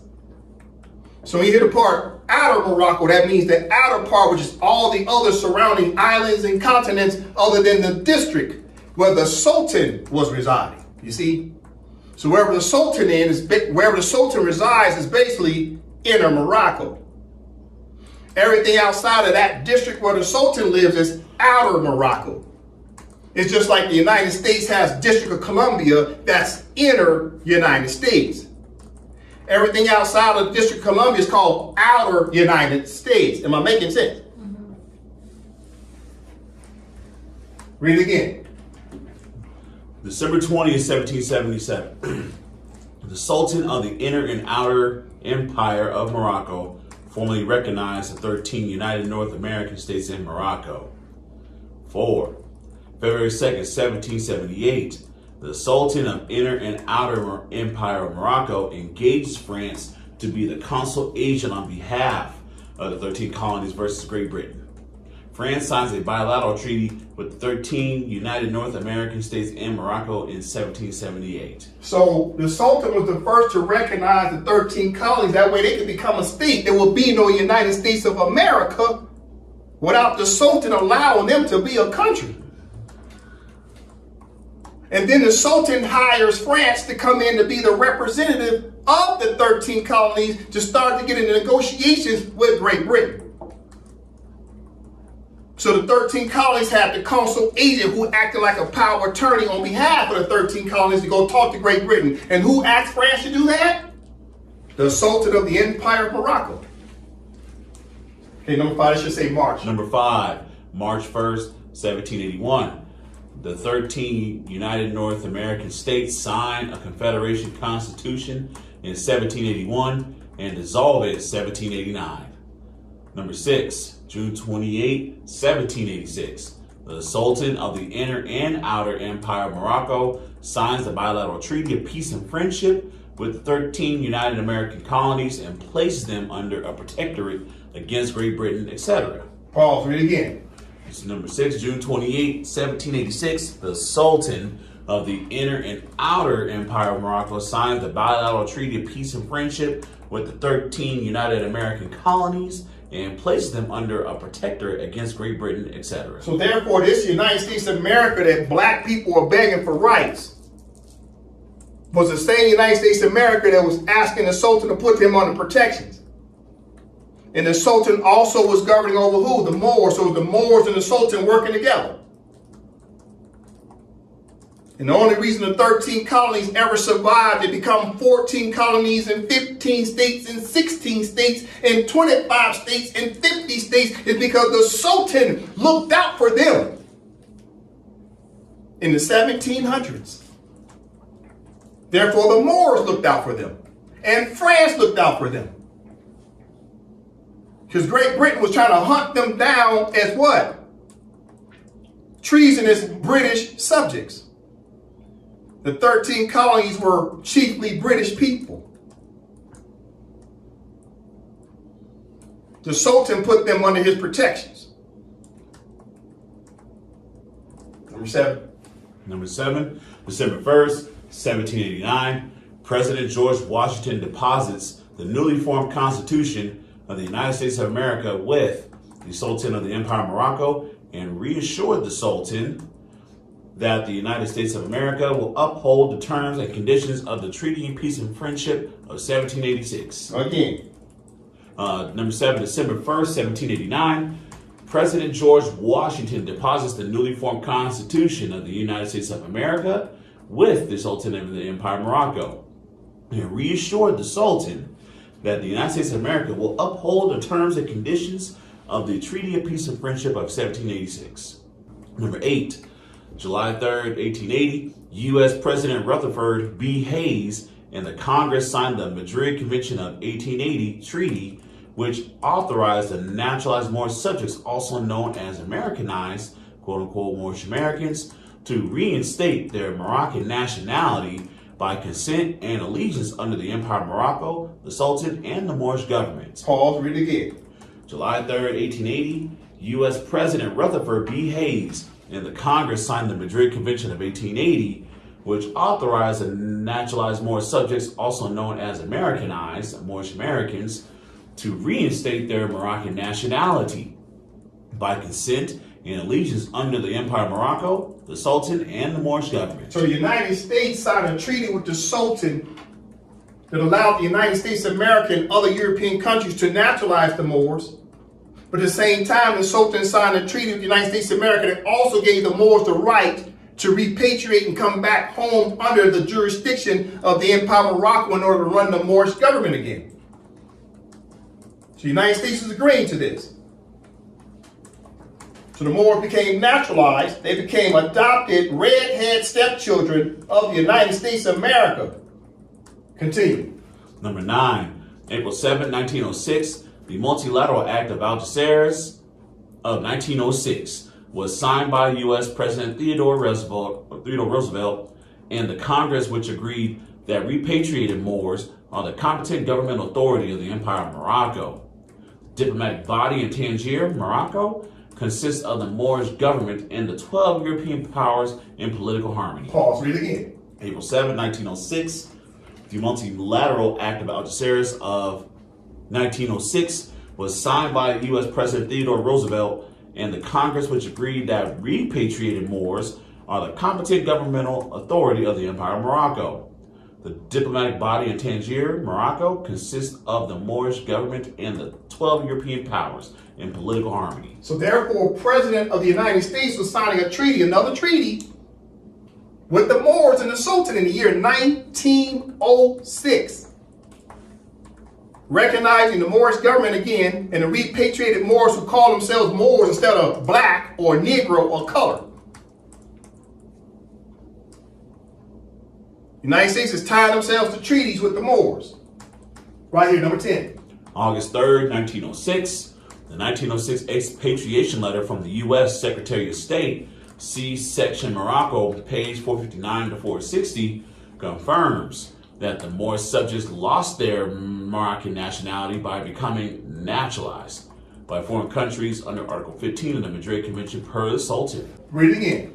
Number 10, August 3rd, 1906, the 1906 expatriation letter from the U.S. Secretary of State, see section Morocco, page 459 to 460, confirms that the Moorish subjects lost their Moroccan nationality by becoming naturalized by foreign countries under Article 15 of the Madrid Convention per the Sultan.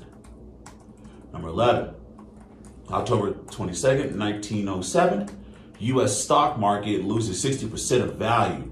U.S. citizens panic and attempt to withdraw their fund from banks. Pause, read it again. Number 11, October 22nd, 1907, U.S. stock market loses 60% of value. U.S. citizens panic and attempt to withdraw their fund from banks. So what's happening is in 1906, when the United States of America signed a treaty with the Sultan of the Empire of Morocco, all of a sudden the stock markets went crazy, started losing value. Why? Because the United States of America owed a lot of taxes to the Empire of Morocco and the Moors. So the next following, 1906 and also now 1907, because this 1906 is now the United States of America owes taxes. So on October 22nd, 1907, the United States stock market loses 60% of value. United States citizens panic and attempt to withdraw their funds from banks. They call it the Panic of 1907. All this is tied directly with the fact the United States is signing treaties with the Moors. The bankers and the capitalists are panicking because they don't like to share. They don't like to pay out. Continuing. Number 12, November 30th, 1910. The 1906 Act of Algeciras and the 1907 stock market and banking crisis caused the Jekyll Island meeting of bankers and congressmen to create the Federal Reserve Act of 1913. All right, from the top, let me read it. November 30th, 1910, right? The 1906 Act of Algeciras and the 1907 stock market and banking crisis caused Jekyll Island, the Jekyll Island meeting of bankers and congressmen to create the Federal Reserve Act of 1913. Now, 1913 is a very important year. Why? They create the Federal Reserve Act, but also it's the same year they came out with a 501c3 hush money deal. Because they're trying to stop the Act of Algeciras of 1906, because now the Moors are supposed to be finding out that they're Moors and they can run the Moorish government, and the Moors are supposed to collect the taxes from the United States on behalf of the Sultan. So the bankers and capitalists are panicking. Read it again. November 30th, 1910, the 1906 Act of Algeciras and the 1907 stock market and banking crisis caused the Jekyll Island meeting of bankers and congressmen to create the Federal Reserve Act of 1913. Number 13, March 30th, 1912.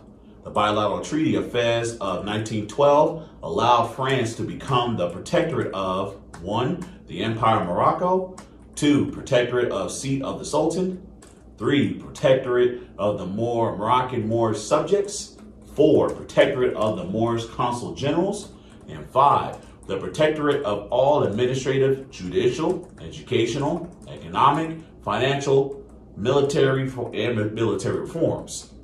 France governed Europe and the Moorish Empire from 1912 to 1956 on behalf of the Sultan of the Empire of Morocco.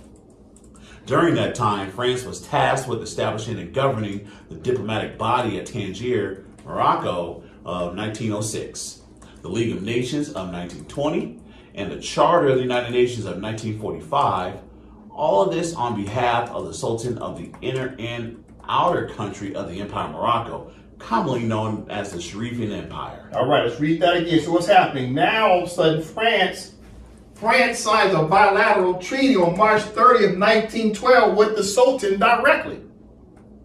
This is about 5 or 6 years after they signed the Act Algeciras.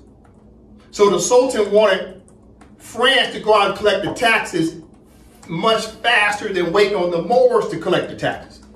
But France was supposed to be working side by side with the Moors to collect the taxes.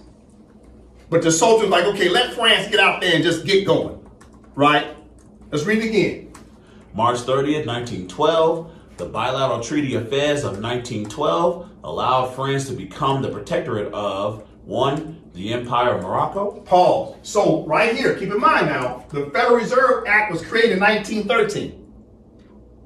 But what came before the Federal Reserve Act of 1913? The Treaty of Fez of 1912. You see? So when they came up with the 501c3 in 1913, it was in direct alignment to try to be a countermeasure against the 1912 treaty that France signed with the Sultan. The United States is trying to block. They don't like to pay their bills. So they're trying to block. They're trying to figure this thing out, how they're going to write checks to the Empire of Morocco. Pay attention. From top again. March 30th, 1912, the bilateral treaty of Fez of 1912 allowed France to become the protectorate of 1. The Empire of Morocco, 2. Protectorate of the Seat of the Sultan, 3. Protectorate of the Moroccan Moorish subjects, 4. Protectorate of the Moorish consul generals, and 5. The protectorate of all administrative, judicial, educational, economic, financial, and military reforms. France governed Europe and the Moorish Empire from 1912 to 1956 on behalf of the Sultan of the Empire of Morocco. During that time, France was tasked with establishing and governing the diplomatic body at Tangier of Morocco of 1906, the League of Nations of 1920, and the Charter of the United Nations of 1945. All of this on behalf of the Sultan of the inner and outer country of the Empire of Morocco, commonly called the Sharifian Empire. 14. January 8, 1913, France sends political correspondence to the U.S. on behalf of the Sultan regarding the Treaty of Fez, protections of Moroccan subjects and interests abroad. Pause. Read it again. Number 14. January 8, 1913, France sends political correspondence to the U.S. on behalf of the Sultan regarding the Treaty of Fez, protections of Moroccan subjects and interests abroad. So in 1913, January, France sends a letter to the United States, and the first thing they wanted to talk about was the Moors. Let me prove that. Let me prove that. Yeah, let me prove that. There it is. What do I have up here? The letter that France was sending Washington, George, they were sending Washington, D.C. this letter, January 8th, 1913. You see that? Anybody want to look it up? This is what the title says. The title says this, Dre. Morocco, French protectorate in Morocco, relinquishment of extraterritorial jurisdiction by certain foreign powers, attitude of the United States. The French ambassador to the Secretary of State. Right, so what's the first thing they want to talk about? Well, at first they said, well, United States, let's tell you about this treaty. We just signed this Treaty of Fez, right, with the Sultan, right? It's called the Franco-Moroccan Protectorate of 1912. And the first thing France wanted to talk about, watch how slow I move this. Watch how slow I move this. First thing they want to talk about is what? These Moroccan, who? The Moroccan subjects. Who are the Moroccan subjects? The Moors. Listen, I'm going to move it real slow. They want to talk about the Moroccan subjects, right? I'm push it down real slow.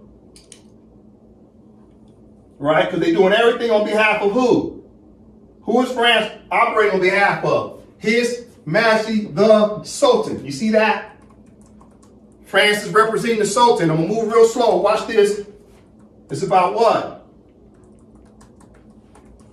It's about what? Watch what France talks about.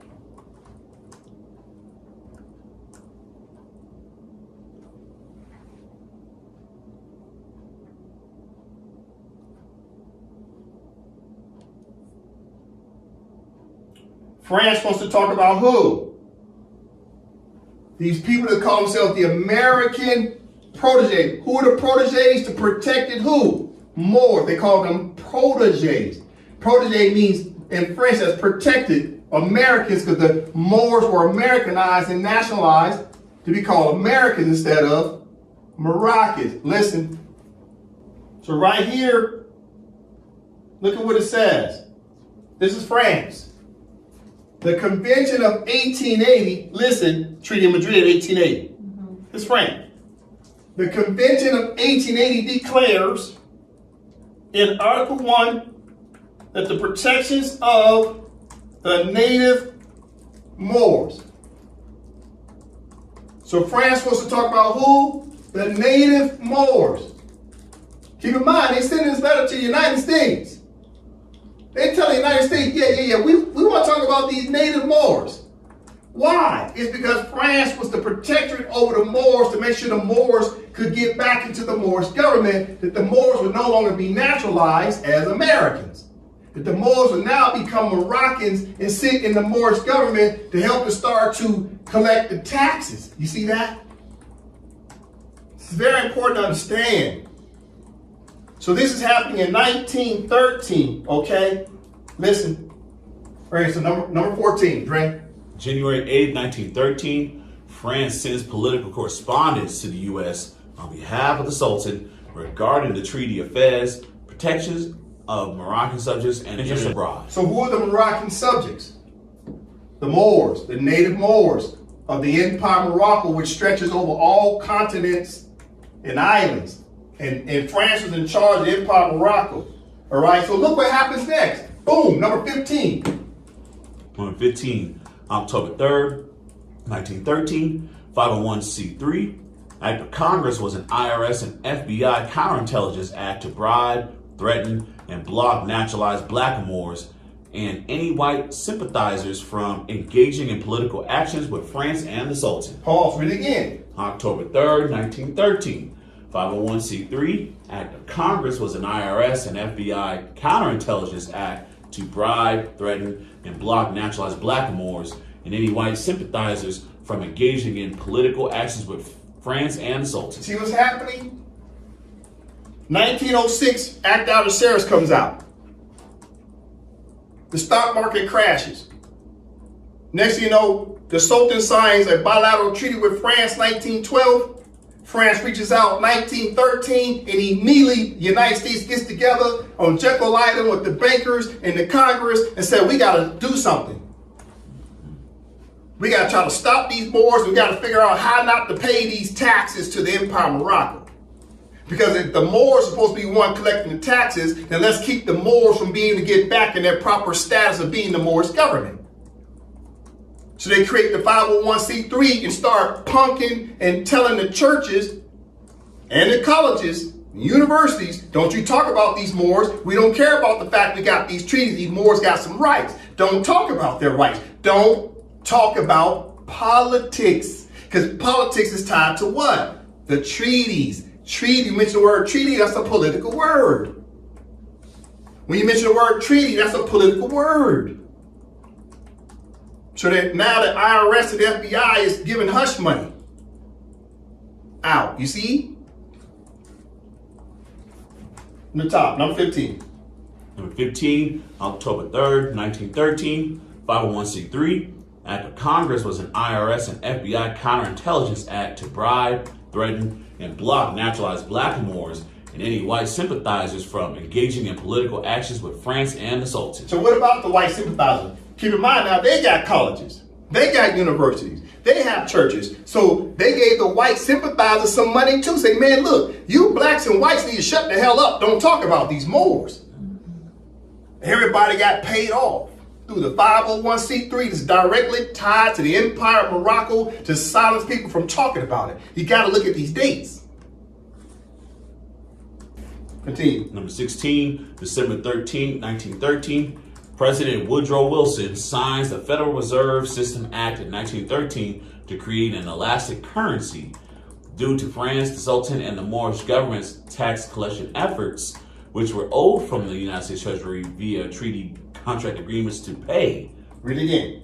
December 13, 1913, President Woodrow Wilson signs the Federal Reserve System Act in 1913 to create an elastic currency.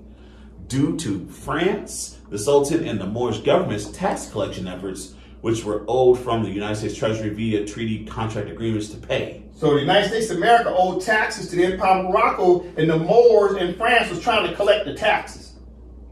Continue. Number 17, year 1913, Timothy Drew Ali forms the Canaanite Temple.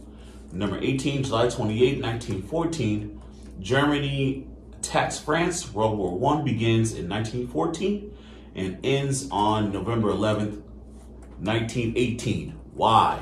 Because of the Sultan and the France Treaty of Fez of 1912, extraterritorial powers, and taxation authority over Germany, among other things. So France was trying to rein in the order of Germany and all the other European countries that signed on to the Act of Algeciras. They all agreed to pay taxes to the Empire of Morocco. And France was in charge of the Empire of Morocco and the Moors, and to help collect the taxes. Number 19.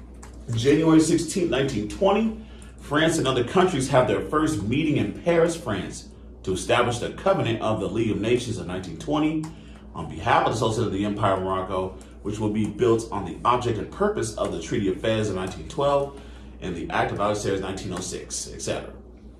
Number 20, November 1st, 1920, France moves the Moorish diplomatic body of Tangier, Morocco, to Geneva, Switzerland, and renames the Moorish diplomatic body as the Covenant of the League of Nations of 1920 on behalf of the Sultan. Number 21, September 1st, 1939, Germany attacks Poland, and World War II begins in 1939 and ends on September 2nd, 1945.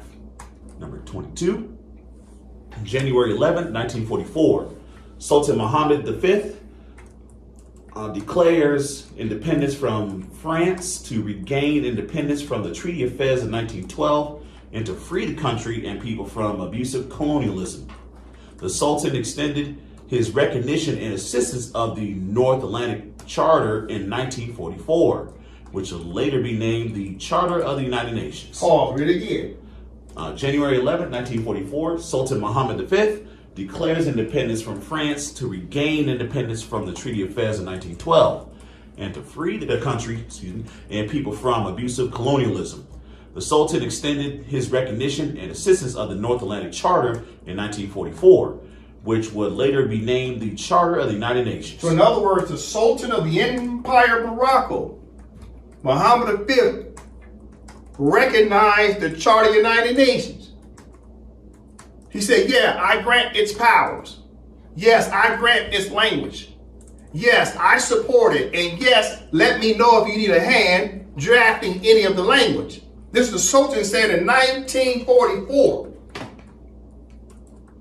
But see, they don't want to tell you about this history, how the Sultan was tied to the Charter of the United Nations in 1944. Continue. Number 23, October 24th, 1945. Charter of the United Nations is put into full force and effect with the granting powers of France and the Sultan, etc. This is the reason why French and the English language usage in writing is mandatory from the other member states. Number 24, August 27, 1952. France sued the USA at the ICJ for not paying its Moroccan taxes to France on behalf of the Empire of Morocco and the Sultan. The ICJ ruled against France and the United States while they argued over the Moorish bilateral and multilateral treaties in the World Court.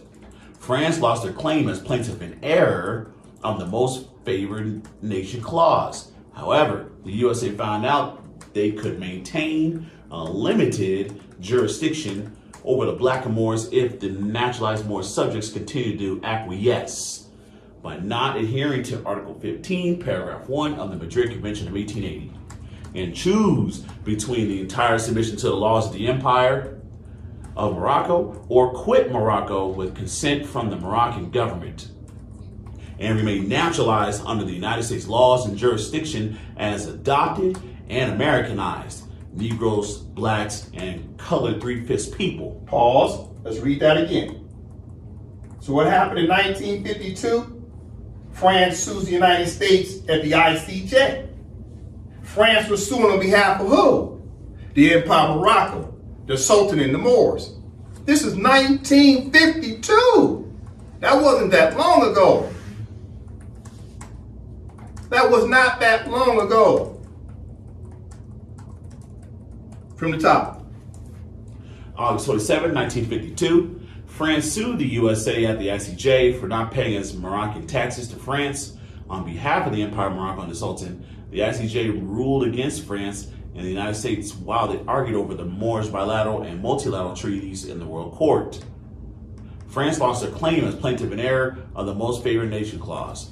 However, the USA found out they could maintain a limited jurisdiction over the black Moors if the naturalized Moor subjects continue to acquiesce by not adhering to Article 15, Paragraph 1 of the Madrid Convention of 1880, and choose between the entire submission to the laws of the Empire of Morocco or quit Morocco with consent from the Moroccan government, and remain naturalized under the United States laws and jurisdiction as adopted and Americanized Negroes, blacks, and colored 3/5 people.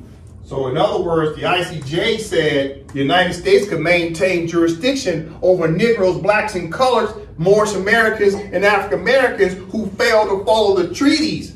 And what did the treaty say of the Treaty of Madrid of 1880? Article 15, Paragraph 1, it says, any subject of Morocco who's been naturalized in a foreign country's jurisdiction shall return to Morocco and choose between the entire submission to the laws of the empire or quit Morocco with the consent of the Moroccan government. And if you didn't pledge your allegiance to the Empire of Morocco, then that means you remain naturalized under the jurisdiction of the United States. It was an either or.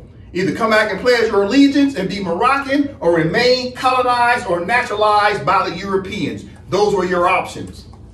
And this was the ICJ told the United States, yeah, as long as these Moors keep what? Acquiescing, you can maintain jurisdiction. You can lock them up.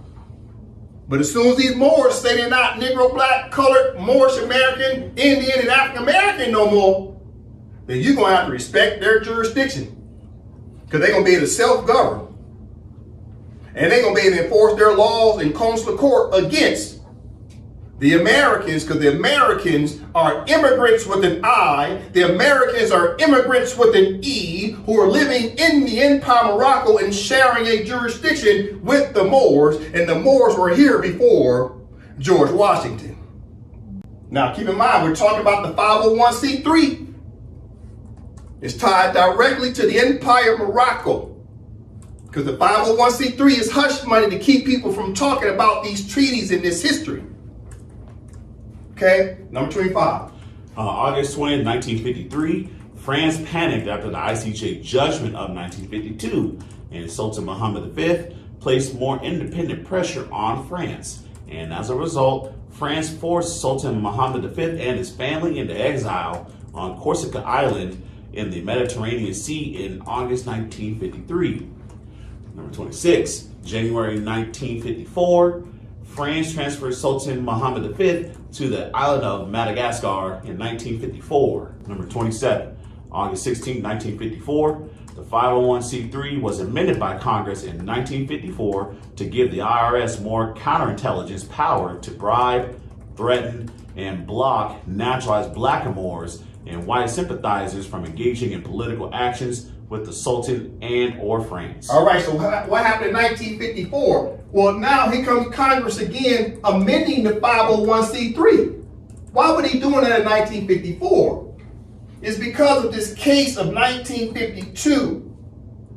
This case of 1952 set off the fact that France, United States of America, the Empire of Morocco, they were all started talking about what? The Moors have a right to self-govern.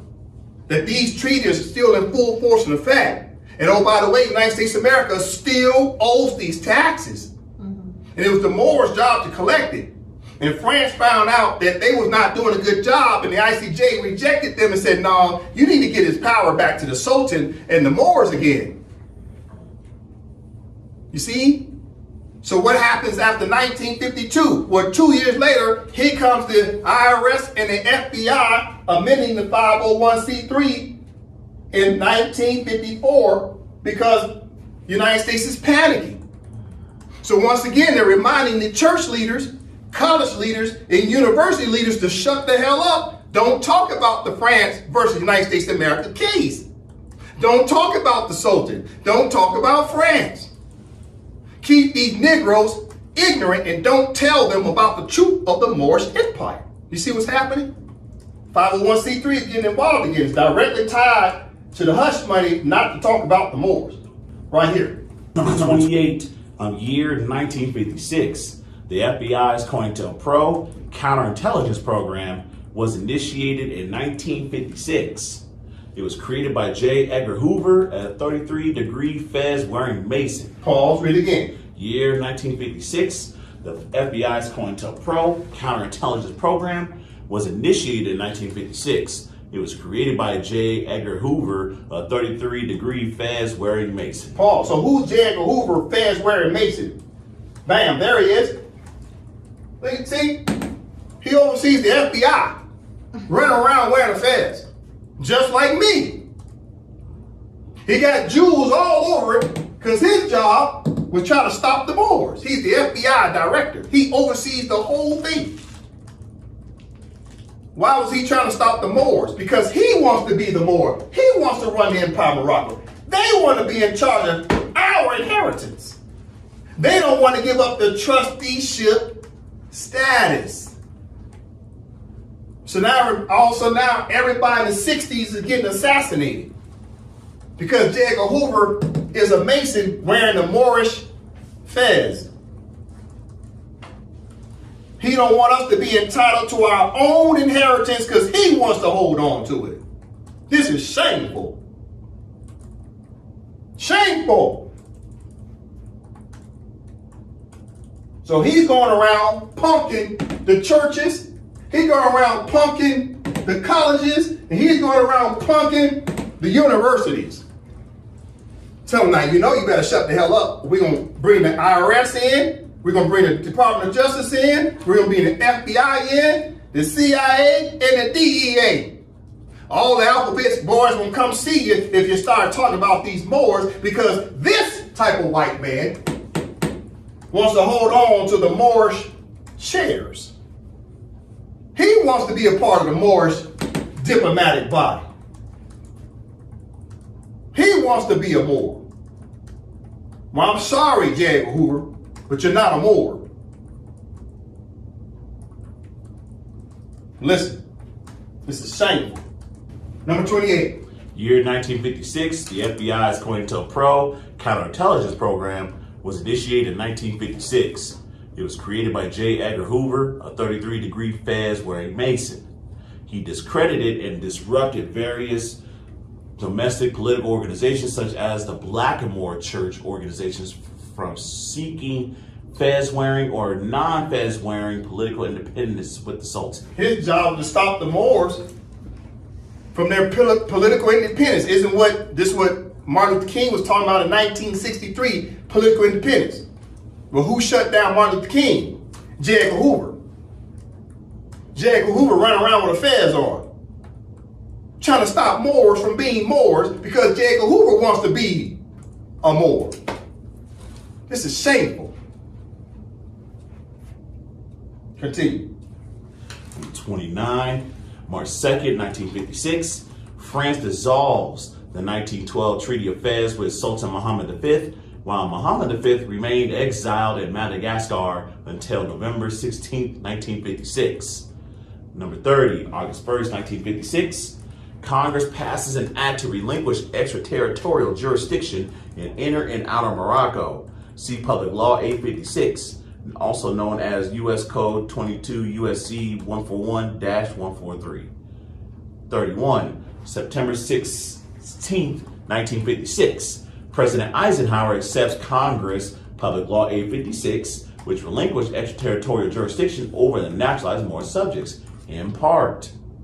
32, October 5th, 1956, Muhammad V was reinstated as a sultan while Muhammad remained exiled on the Madagascar island.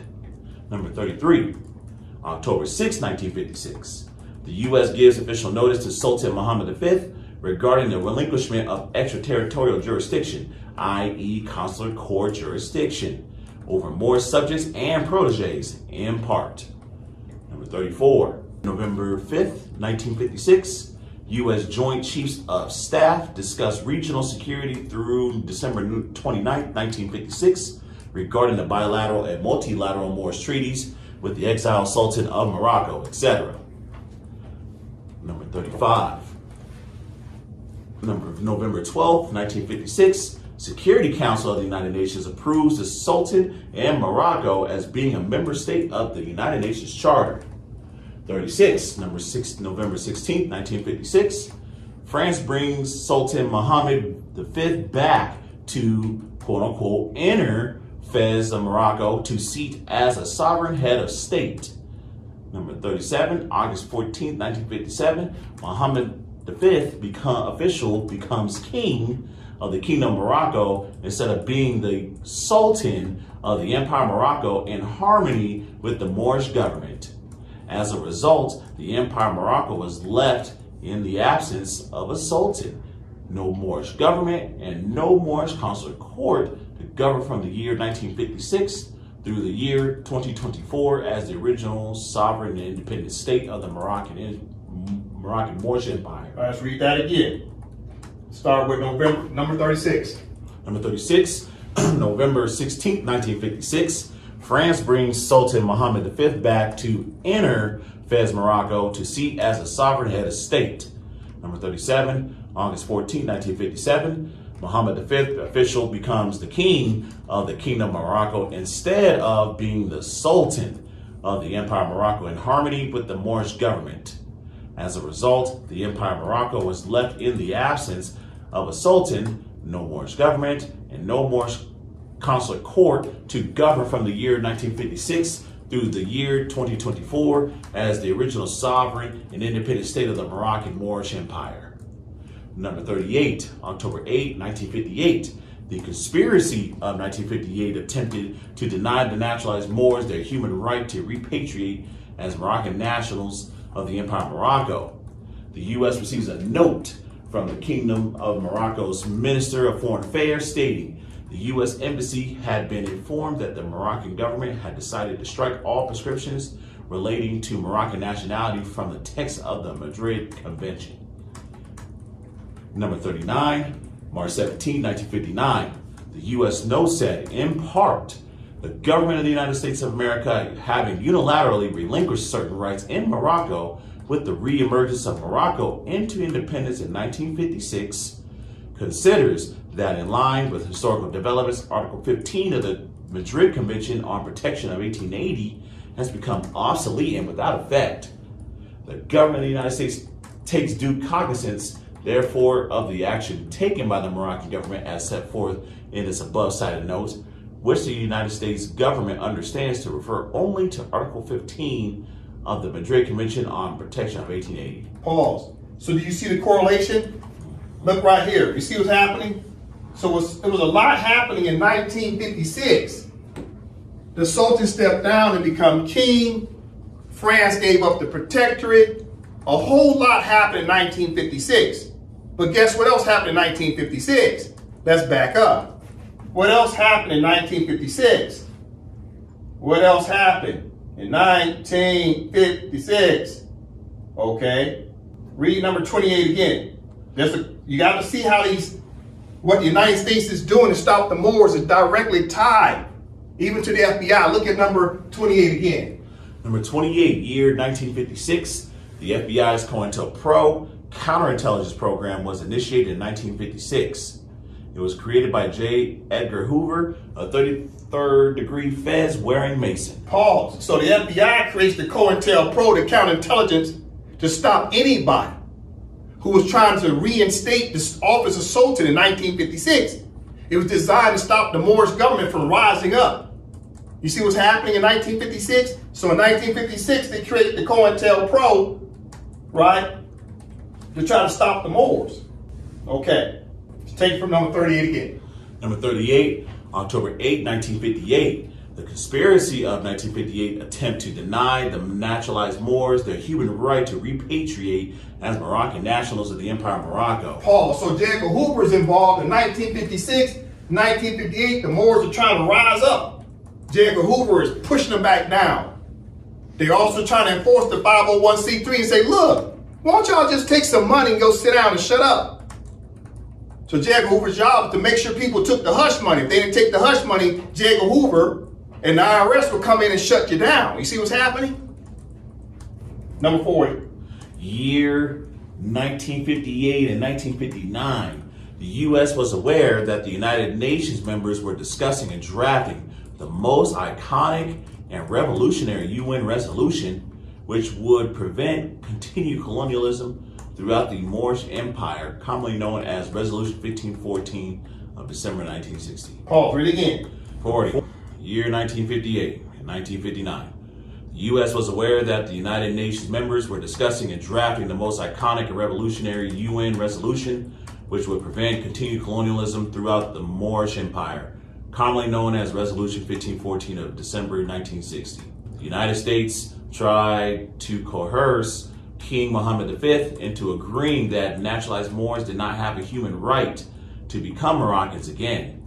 The United States was desperate to stop the Moors' political independence in North America and abroad. 41. June 23, 1960, Martin Luther King and 52 others were arrested for sit-ins in Atlanta, Georgia. 42. October 1960, President John F. Kennedy and Martin Luther King released with the assistance of Alabama judges. Pause. Read number 42 again. October 19, 1960, President John F. Kennedy had Martin Luther King released with the assistance of Alabama judges. 43, December 14, 1960, UN General Assembly passes UN Resolution 1514, Declaration of Independence for colonized countries and people, which becomes binding customary international law against the United States and all of Europe. Number 44, December 15, 1960, UN General Assembly passes UN Resolution 1541, principles which should guide members in determining whether or not an obligation exists to transmit the information called for under Article 73E of the Charter, which becomes binding customary international law against the United States and all of Europe. 45, April 18, 1961, UN passes the Vienna Convention on Diplomatic Relations, which protected the human rights of indigenous diplomats, consul generals, and the peoples who declared independence during decolonization reforms. 46, April 16, 1963, Martin Luther King goes to jail in Birmingham, Alabama for peaceful protesting. He writes the Political Independence versus Integration letter to 8 white clergymen. Number 47, April 24th, 1963, UN passes the Vienna Convention on Consular Relations, which protected the human rights of indigenous diplomats, consul generals, and the peoples who declared independence during decolonization reforms. Number 48, June 11th, 1963, President JFK announced the final bill in a televised address and sent it to Congress. What type of bill? Civil Rights Bill. Let's read it again. 48, June 11, 1963, President JFK announced the final bill in a televised address and sent it to Congress. So he announced the final draft of the Civil Rights Bill. Continue. 49, November 22nd, 1963, President JFK is assassinated in Texas. 50, July 2nd, 1964, Civil Rights Bill was signed by President Lyndon Johnson, outlawing segregation and discrimination.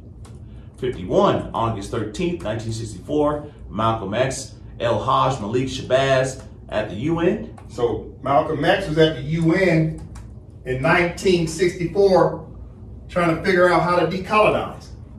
This is all happening in the 60s. John F. K., Martin Luther King, and Malcolm X. Pay attention, because it's tied to the 501c3. Pay attention. Number 52. August 21st, 1964, Malcolm X, El-Hajj Malik Shabazz spoke at the African Union, OAU, in Egypt.